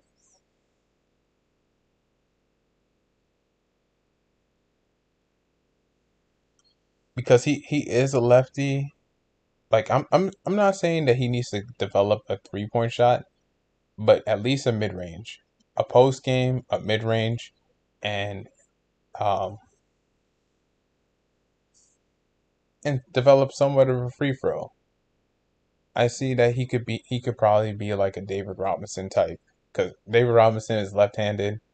For the most part, I think he was in inside scoring, post scoring, mid range shooter, solid. He was a solid mid range shooter.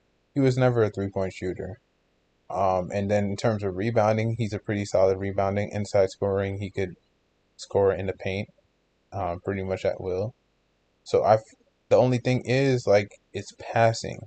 So that's why I feel like his ceiling could be like a David Robinson type player. Now his floor, oh, that's kind of hard. That's kind of hard.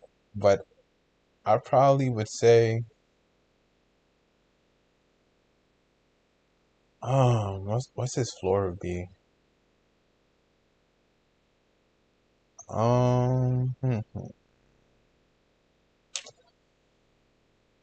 Man, I don't even know. I'm trying to think of a player.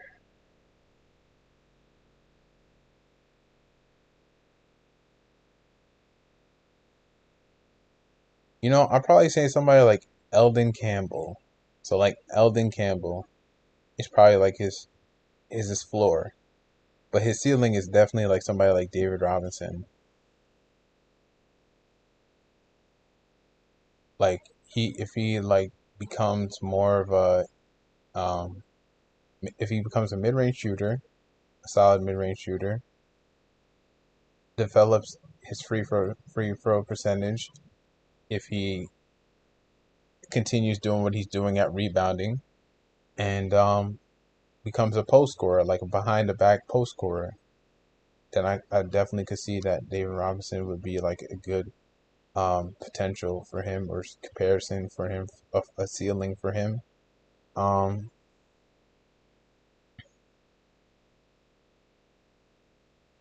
but his floor is definitely like somebody like Eldon Campbell, like somebody who's not as gifted, would have to be on the championship team or championship caliber team to even have a chance to contend, but he wouldn't be the best player on the team. And I feel like if Zion keeps playing as aggressively as he does, he's just going to run himself into injury territory where a lot of players just can't come back. And it's going to be his career is gonna be on a timetable at that point where he's gonna try and come back like almost every time, and it's gonna be harder every time he tries to come back. Because I've seen that happen with players like Derrick Rose, my favorite player, um, in the NBA right now, and now he's starting to find his own. Like he knows that he could no longer be basically like a rotation type player because like he's getting older He's been in the league for almost a decade and a half. So like he definitely has to change his game. He changed his game. He improved his outside shooting. He's always been a solid mid range shooter. He's been solid at getting inside and scoring. And free throw shooting has been always pretty good for him. It's just like just developing his 3 point shot was really like the only thing holding him back. Because he was also a solid passer. Um, and then defense was something that um he's never been like top five defensive players, but like he was always a solid defender. So um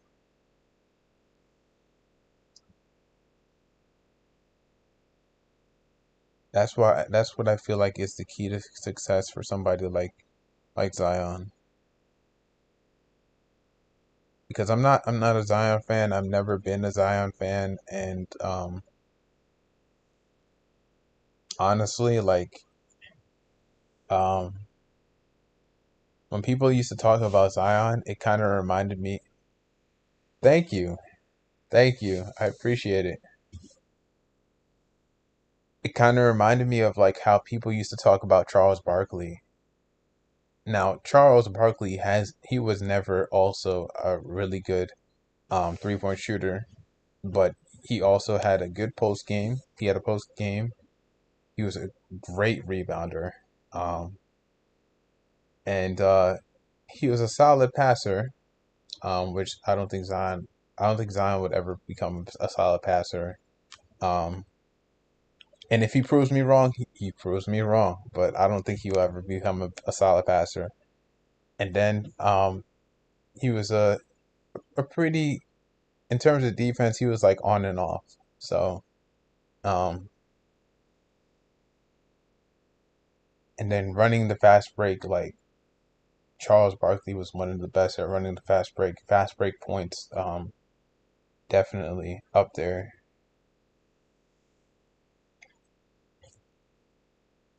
But I don't think Zion would be able to do all of that. Like in terms of fast break scoring, I think you might get like maybe like average at least like 8 a game or something like that, 8 or 10 a game. But not to the level of somebody like Charles Barkley. Because I was thinking of saying somebody like Charles Barkley, but David Robinson's probably more up his alley. Um, and he's not even as tall as David Robinson, but um, he's probably about the height of Charles Barkley, which is probably why Charles Barkley would probably be a better comparison. But he doesn't play like Charles Barkley. So um, maybe Philadelphia Charles Barkley, but Phoenix Charles Barkley was like the total package. That's why he won MVP in '93. So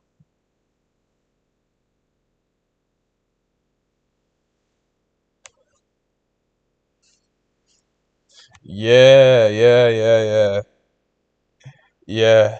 But he still got drafted by the Sixers. Yeah, he still got drafted by the Sixers. That's the crazy thing.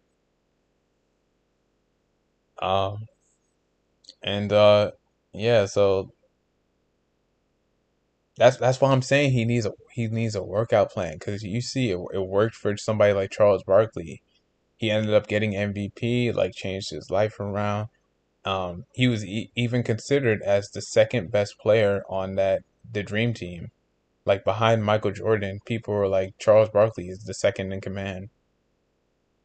So if he truly loves basketball and he wants to be talked about like he's one of the greats, he's gonna have to change his eating habits.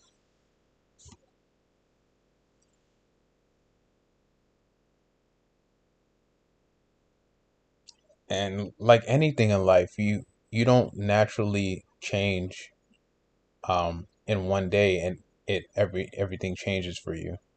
Like you have to gradually start from a small place and then over time you would build like a legacy or a collection of um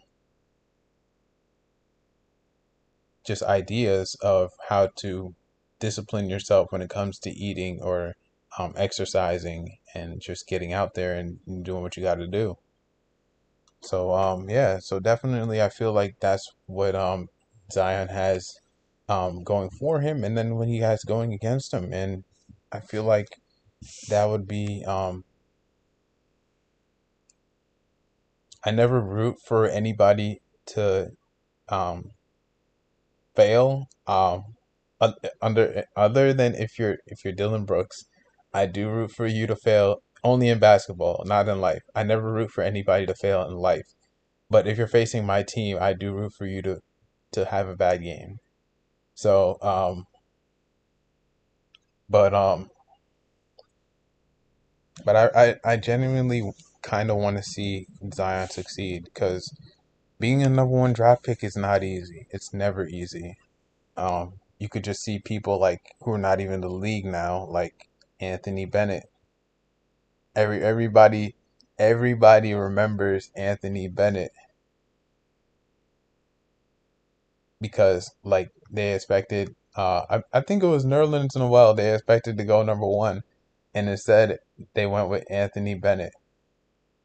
Now Nerlens Noel has also been he's been a journeyman, been about like around every damn team in the league. He's been on the Knicks, he's been on the Mavericks, he's been on the Pelicans. Um, he's been on so many damn teams. I've kind of lost track of where he's been. I think the last team he was on was uh was the Knicks. He was also on Dallas. He was on Dallas too. So yeah, for being on like four or five different teams and you haven't even been in the league for you've only been in the league for a decade, like that's crazy. Because usually players they stay on one team for about 4 to 5 years. Judging by especially if you're a lottery pick, you stay there about 5 years because they give you those first 2 years. They're just beginning to know you, see if you develop. That third year, they expect you to make a jump in production, average around like 20 something, 23, 25 points or whatever. Because your first 2 seasons are really like an experiment. Your first season is just to see if you could win Rookie of the Year. If you don't win Rookie of the Year, are you at least top five best players on that rookie class? Then your second year, they're really seeing if you end up progressing from the first year. What did you learn from the first year? Then your third year is really when they expect you to make the jump. They expect you to make an all-star team. And by like your oh okay.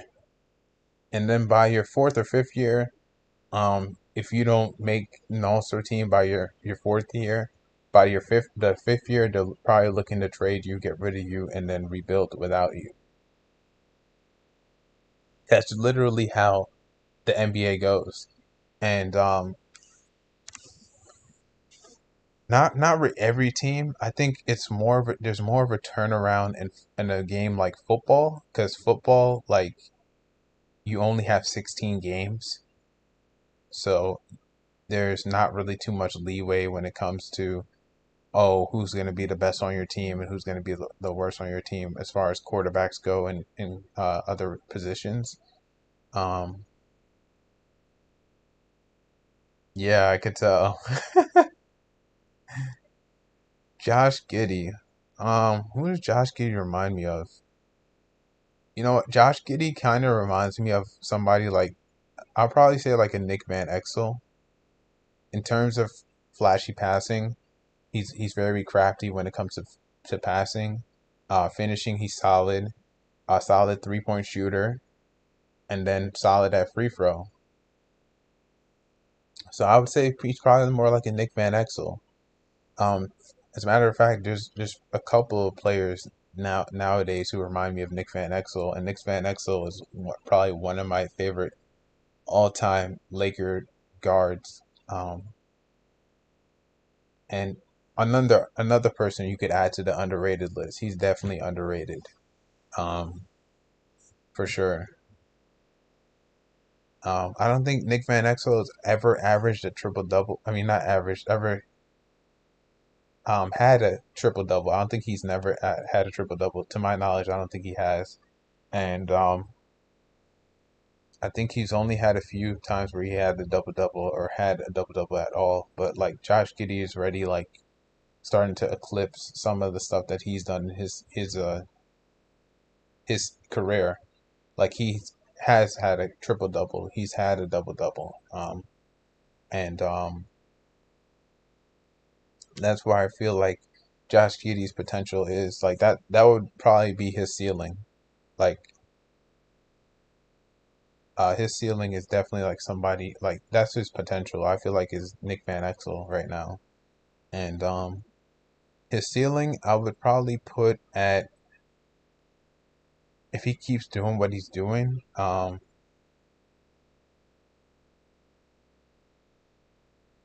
would say probably somebody like hmm,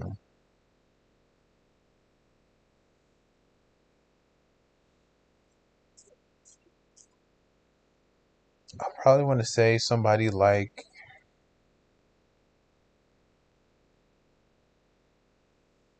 I kind of want to say Steph. Probably somebody like Steph. Like cause um or you know what? Probably somebody like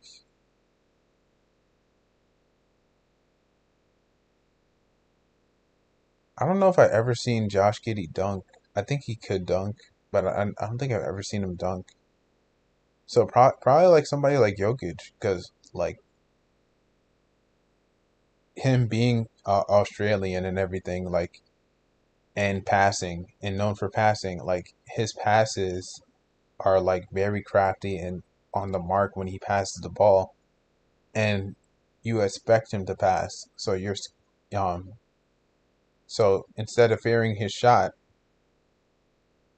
oh, okay. Instead of fearing his shot, like you fear him passing. So, whenever he would pass, you wouldn't be defending for the shot. You'd be defending for the pass. But then he would hurt you with the shot, which is what Jokic does a lot in the NBA.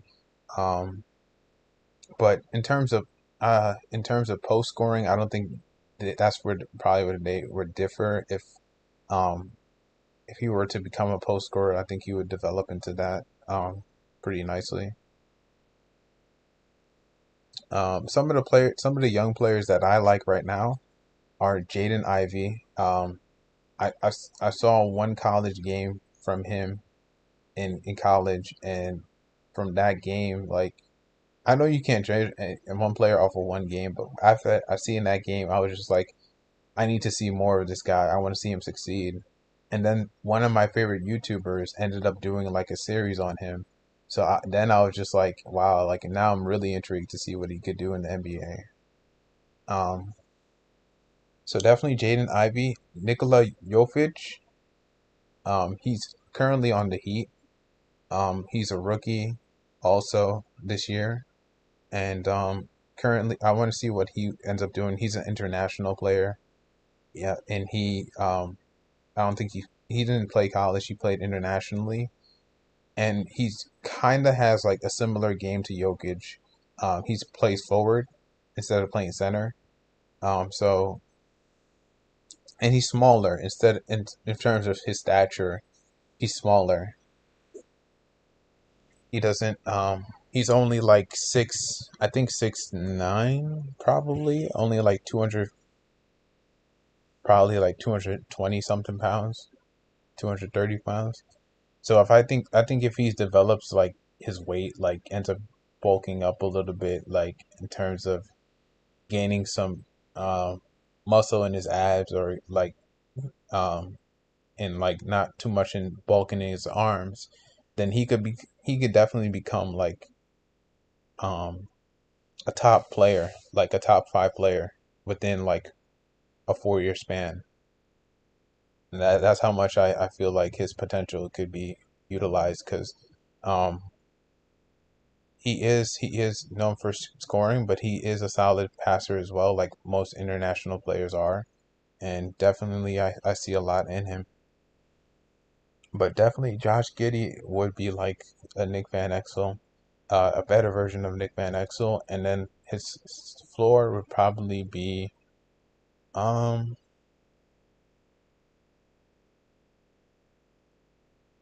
probably like I can't even say him.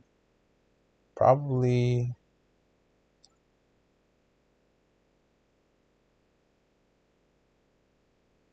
probably like somebody like Luke Ridnour.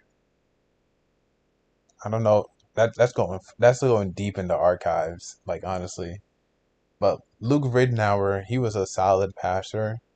Um, not too good at three. Um, he was like decent at three, and then a great mid-range shooter. And he wouldn't really average a lot of points. But I feel like if Giddy was not to develop past where he is right now, then his floor would definitely be somebody like Luke Ridnour. And I don't think Luke Ridnour ever made an All-Star team. And to this day, like Josh Giddey has yet to make an All-Star team. But he definitely we still gotta wait until Chet Holmgren comes back to see what he does, because um he's another player. If he like ends up gaining some muscle or whatever, he could definitely be like another player in the Western Conference who would be a force. Because in terms of centers in the Western Conference, there's not really a lot. You got DeAndre Ayton, who's kind of soft as a big man, honestly. You got Anthony Davis, who's somewhat soft, but not soft to the fact that he can't really do too much. And then you have people like Jokic. Now, outside of those three, like, you really don't have anybody else. So then, if you add Chet to that list, I think he's already a solid defender. He's a good enough 3-point shooter.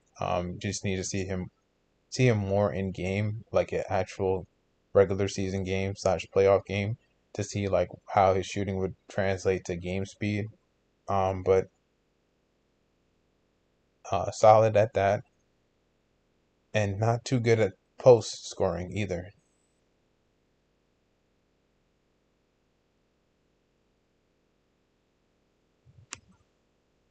Um, it's hard to say if his handles would be still good. To be honest with you, because I think um, not to sound like a heightist when I say this, but like because he's like closer to the ground when he's dribbling the ball, like it makes it easier to be for him to be good at handles. I think if he was a 6'6" plus player, um, and if you add to the fact if he was still playing point guard, that would be a lot. That would be a lot to do. I honestly think like he would kind of translate from being the player he is to being like somebody like Ben Simmons. And Kyrie Irving is he's one of my favorite players, but like I'm being completely honest when I say that. Like I think it would be much harder for him just to do a lot of the things he does. Like finishing at the rim, it'd probably be easier. Would he be as crafty and flashy as he is as a player? Probably not. I think his game would take a turn for being he would be more skilled instead of being flashy. And in terms of shooting, um, I think his free throw shooting would probably take a somewhat of a dip from like a 90% to like a 82% free throw shooter. I don't think he would be terrible at free throw, but I think he would be just about average for a guard. And his 3-point shooting would take a dip.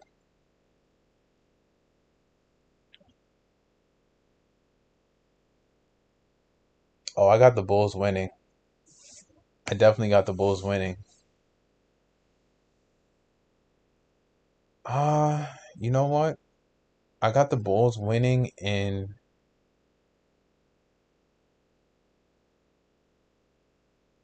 I got the Bulls winning in five. Now if they had Durant, if this was the 2017-2018 Warriors and they had Durant, then I say I still got the Bulls, but I got the Bulls in six because Durant definitely makes a difference to their team. But Harrison Barnes, I don't think he makes a difference to their team trying to beat the Bulls. Like Pippen would be salivating at the mouth defending somebody like Harrison Barnes. He would be giving him fits. If he could give somebody like Magic Johnson fits, he's definitely giving somebody like Harrison Barnes fits. And I know, like, you don't think Magic Johnson more of as a scorer. You think of him more of as a passer. But definitely somebody like him is definitely um that's exactly what I would think would happen if that were to happen.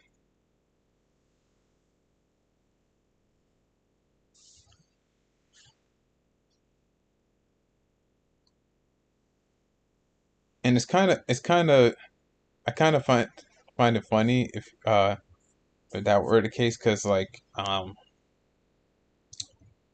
wasn't Steve Kerr a part of those 72-10 Bulls team?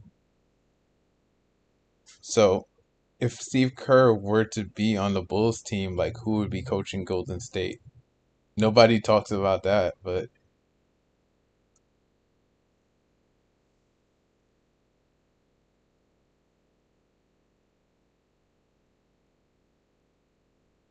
they probably have to have Mark Jackson coach them or something.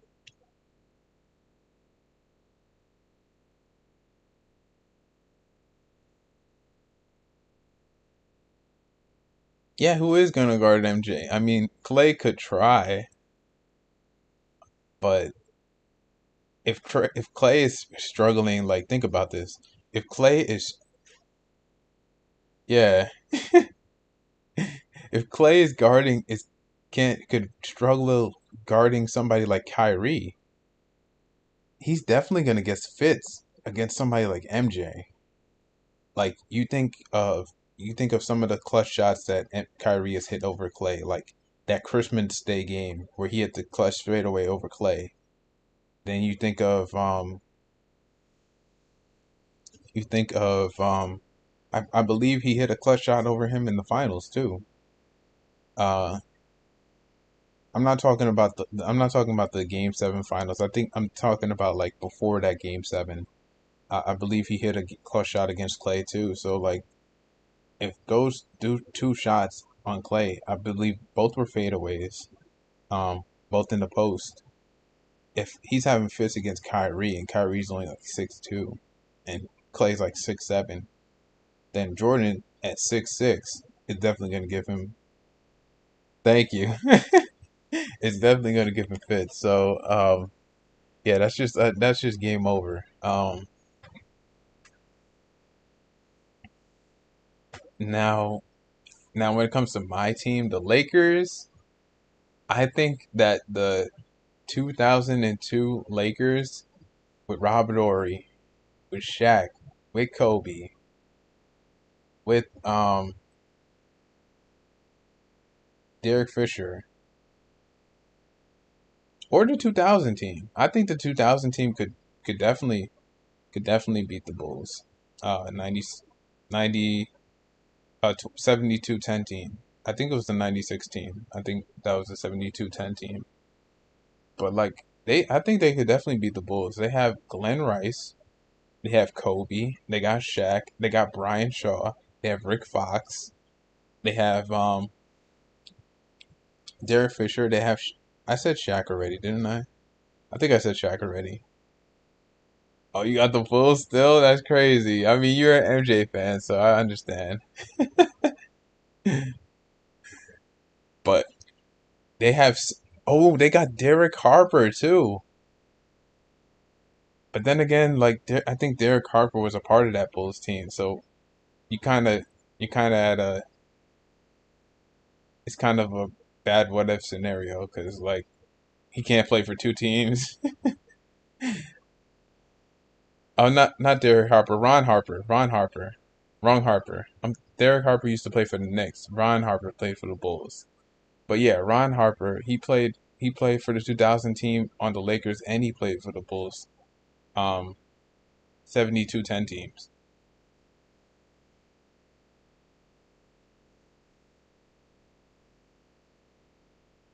Yeah, yeah, I know. That would have been crazy. Kobe would have been losing his mind going up against Jordan in the finals. That would have been crazy. That would have been crazy. He would have had Magic Johnson up all night, been like, okay, so how do I stop MJ?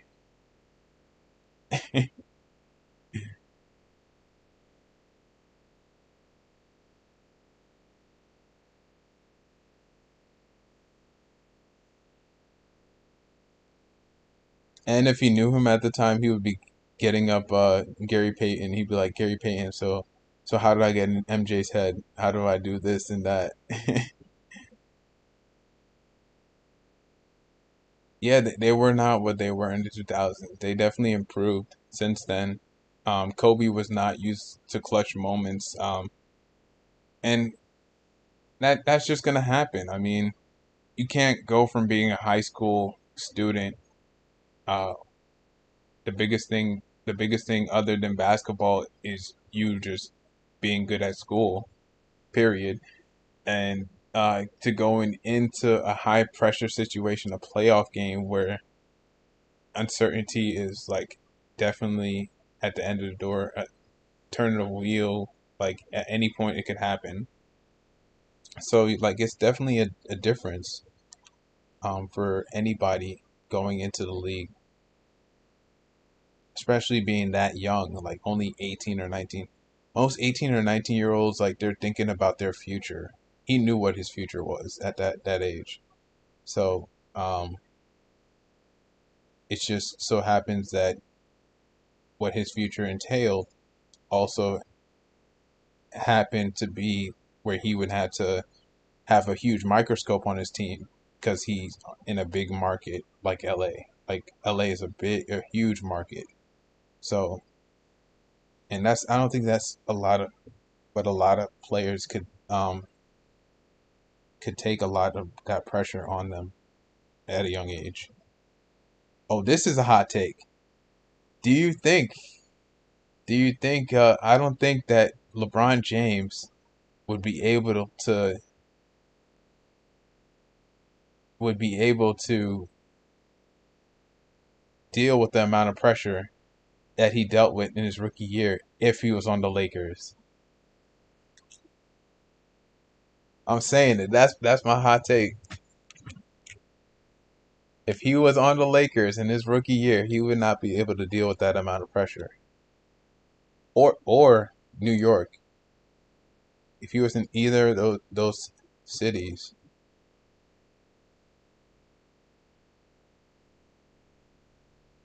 But yeah, definitely the 2000 Lakers. Because you could just go down to the list of people who could um, at least try an attempt to guard Jordan um, or Pippen. You got Rick Fox, you got Brian Shaw,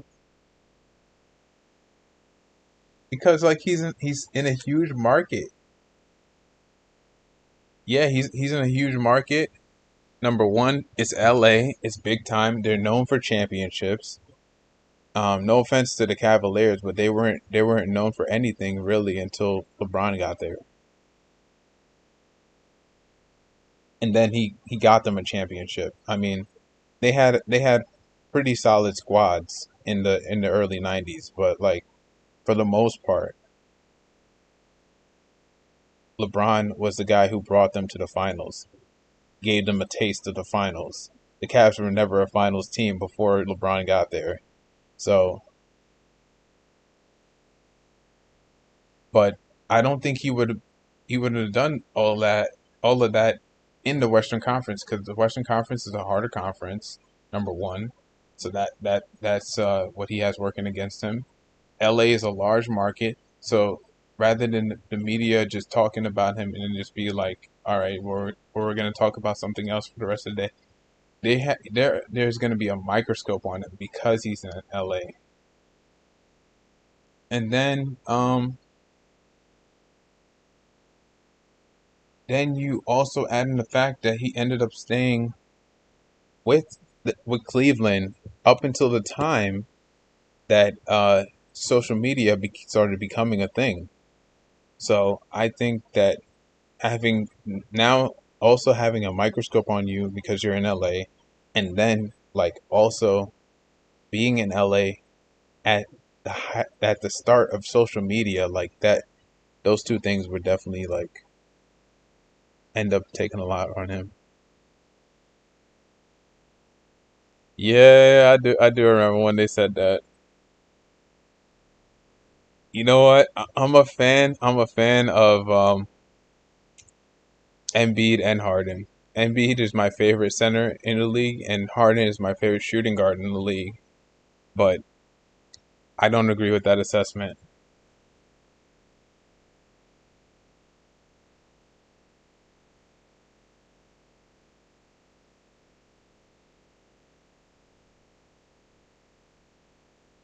I can't even say who I think is the best duo since Shaq and Kobe because like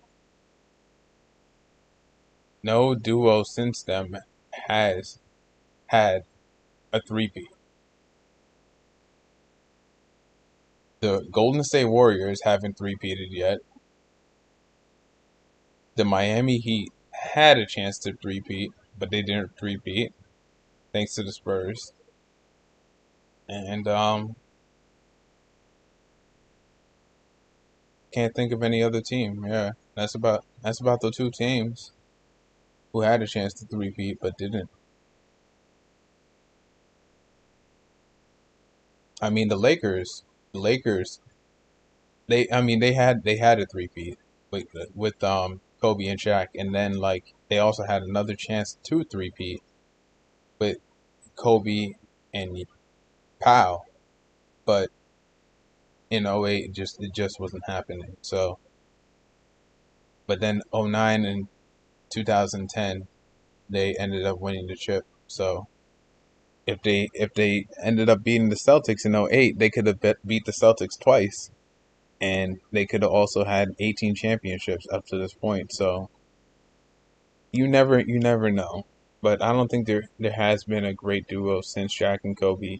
Just off the fact that no duo since then has three-peated. So once a duo does three-peat, and they also have like the stacks to back it up that they actually are somewhat legitimate, closely tied to Shaq and Kobe in terms of stats and like efficiency and overall value to their team, then I definitely would give them their due. But there hasn't been a duo since, in my opinion.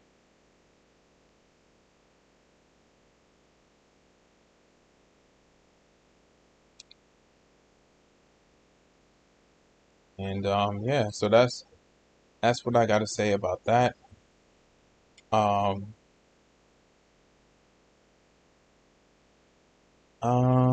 let's see.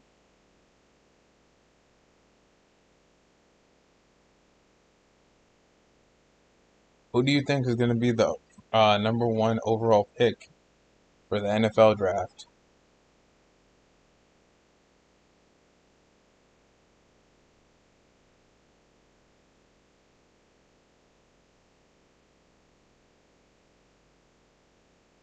I honestly got, I think it's Bryce Young. I think it's going to be Bryce Young.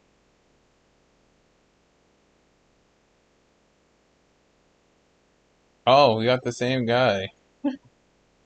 That's crazy.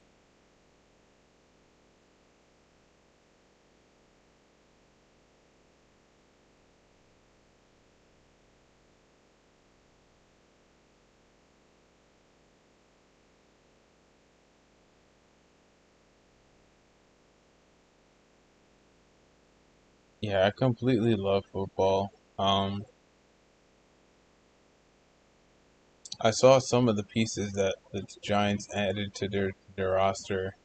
Now they got Jamison Crowder, um, who used to play for the Jets, which he's one of my favorite receivers. So um, glad that the Giants ended up picking him up. I hope he ends up helping our team win games.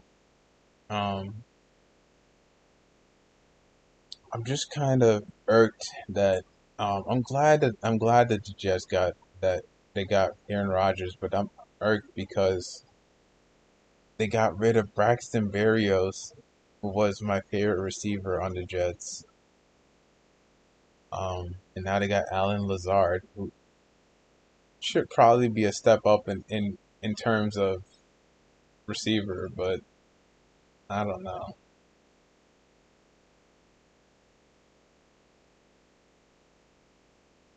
Yeah, I don't really watch college football either. I used to watch it a lot though when I was younger, because I kind of had dreams of playing football that long when I was younger, because I was pretty solid at football when I first started.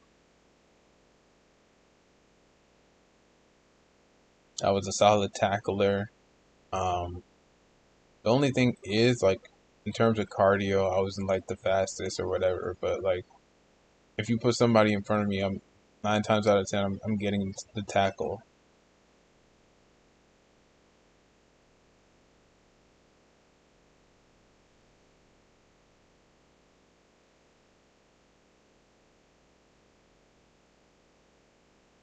But yeah, so he's definitely a good quarterback.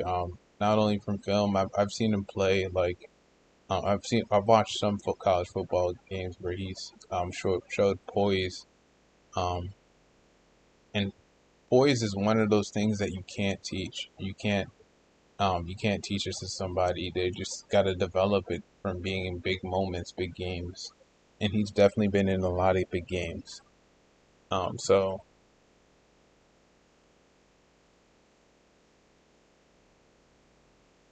but honestly, you can't always look at film in college and transfer it to being uh, NFL ready, unless the person's like a defensive player, like a Kayvon Thibodeau,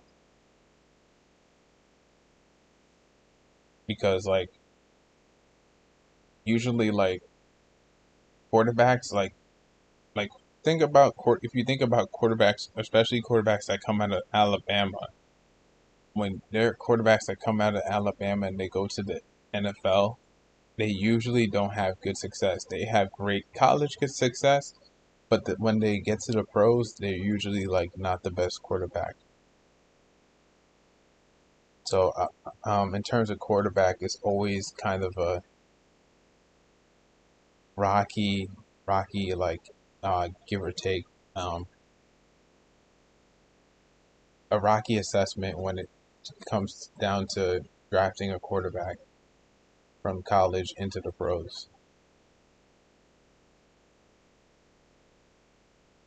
And that's my honest opinion about it. Obviously, like anything could happen in the next 4 months. Like somebody could get drafted on Thursday and um, or Friday and end up becoming like in the next 4 months one of the best drafted quarterbacks since whoever. But honestly, like that's why they play the game, as Chris Berman likes to say.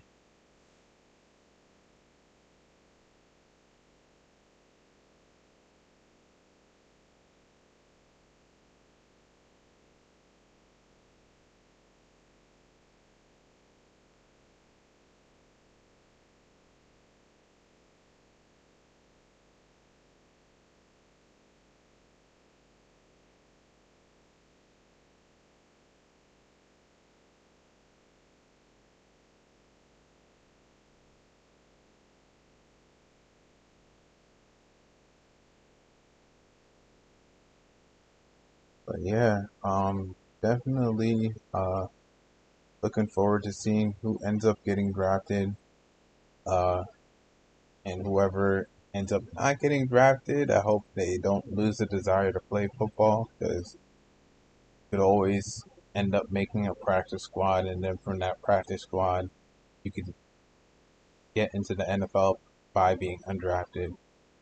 Because you look at I'm gonna bring it back to basketball, but you look at people like um, Udonis Haslam, who didn't get drafted by the Heat, but he stayed persistent trying to get into the NBA. Then he got to the NBA. He became a champion, and he was, excuse me, one of the big reasons why the Heat won the championship in '06, other than Dwayne Wade, of course.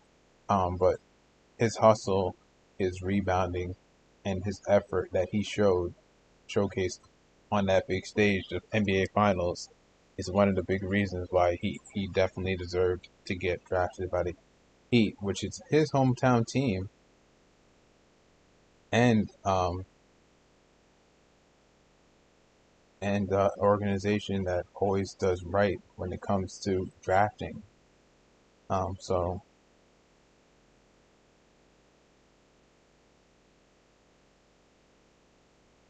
those are all like my points I wanted to get out today. I'm glad I got out all of that. Been on here for about 2 hours. That's crazy to me.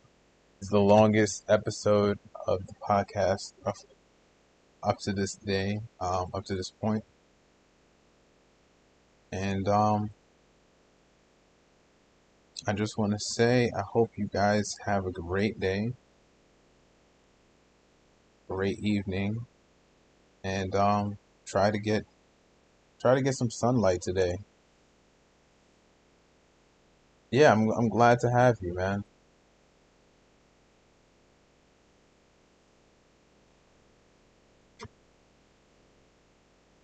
And with that being said, I just want to say,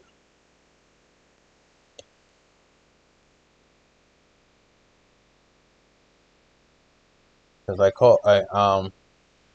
thank you.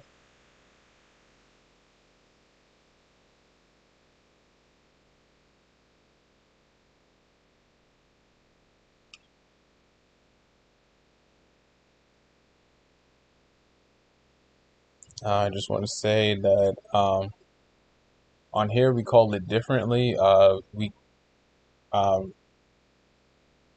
People who like follow me on here, I call them protocol. So um, we're gonna end this video with that, saying protocol. Let's rise together. And with that being said, I'm gonna head out of here, and I'll see you on the next podcast, which will probably be tomorrow at probably same time, probably at 3 o'clock tomorrow.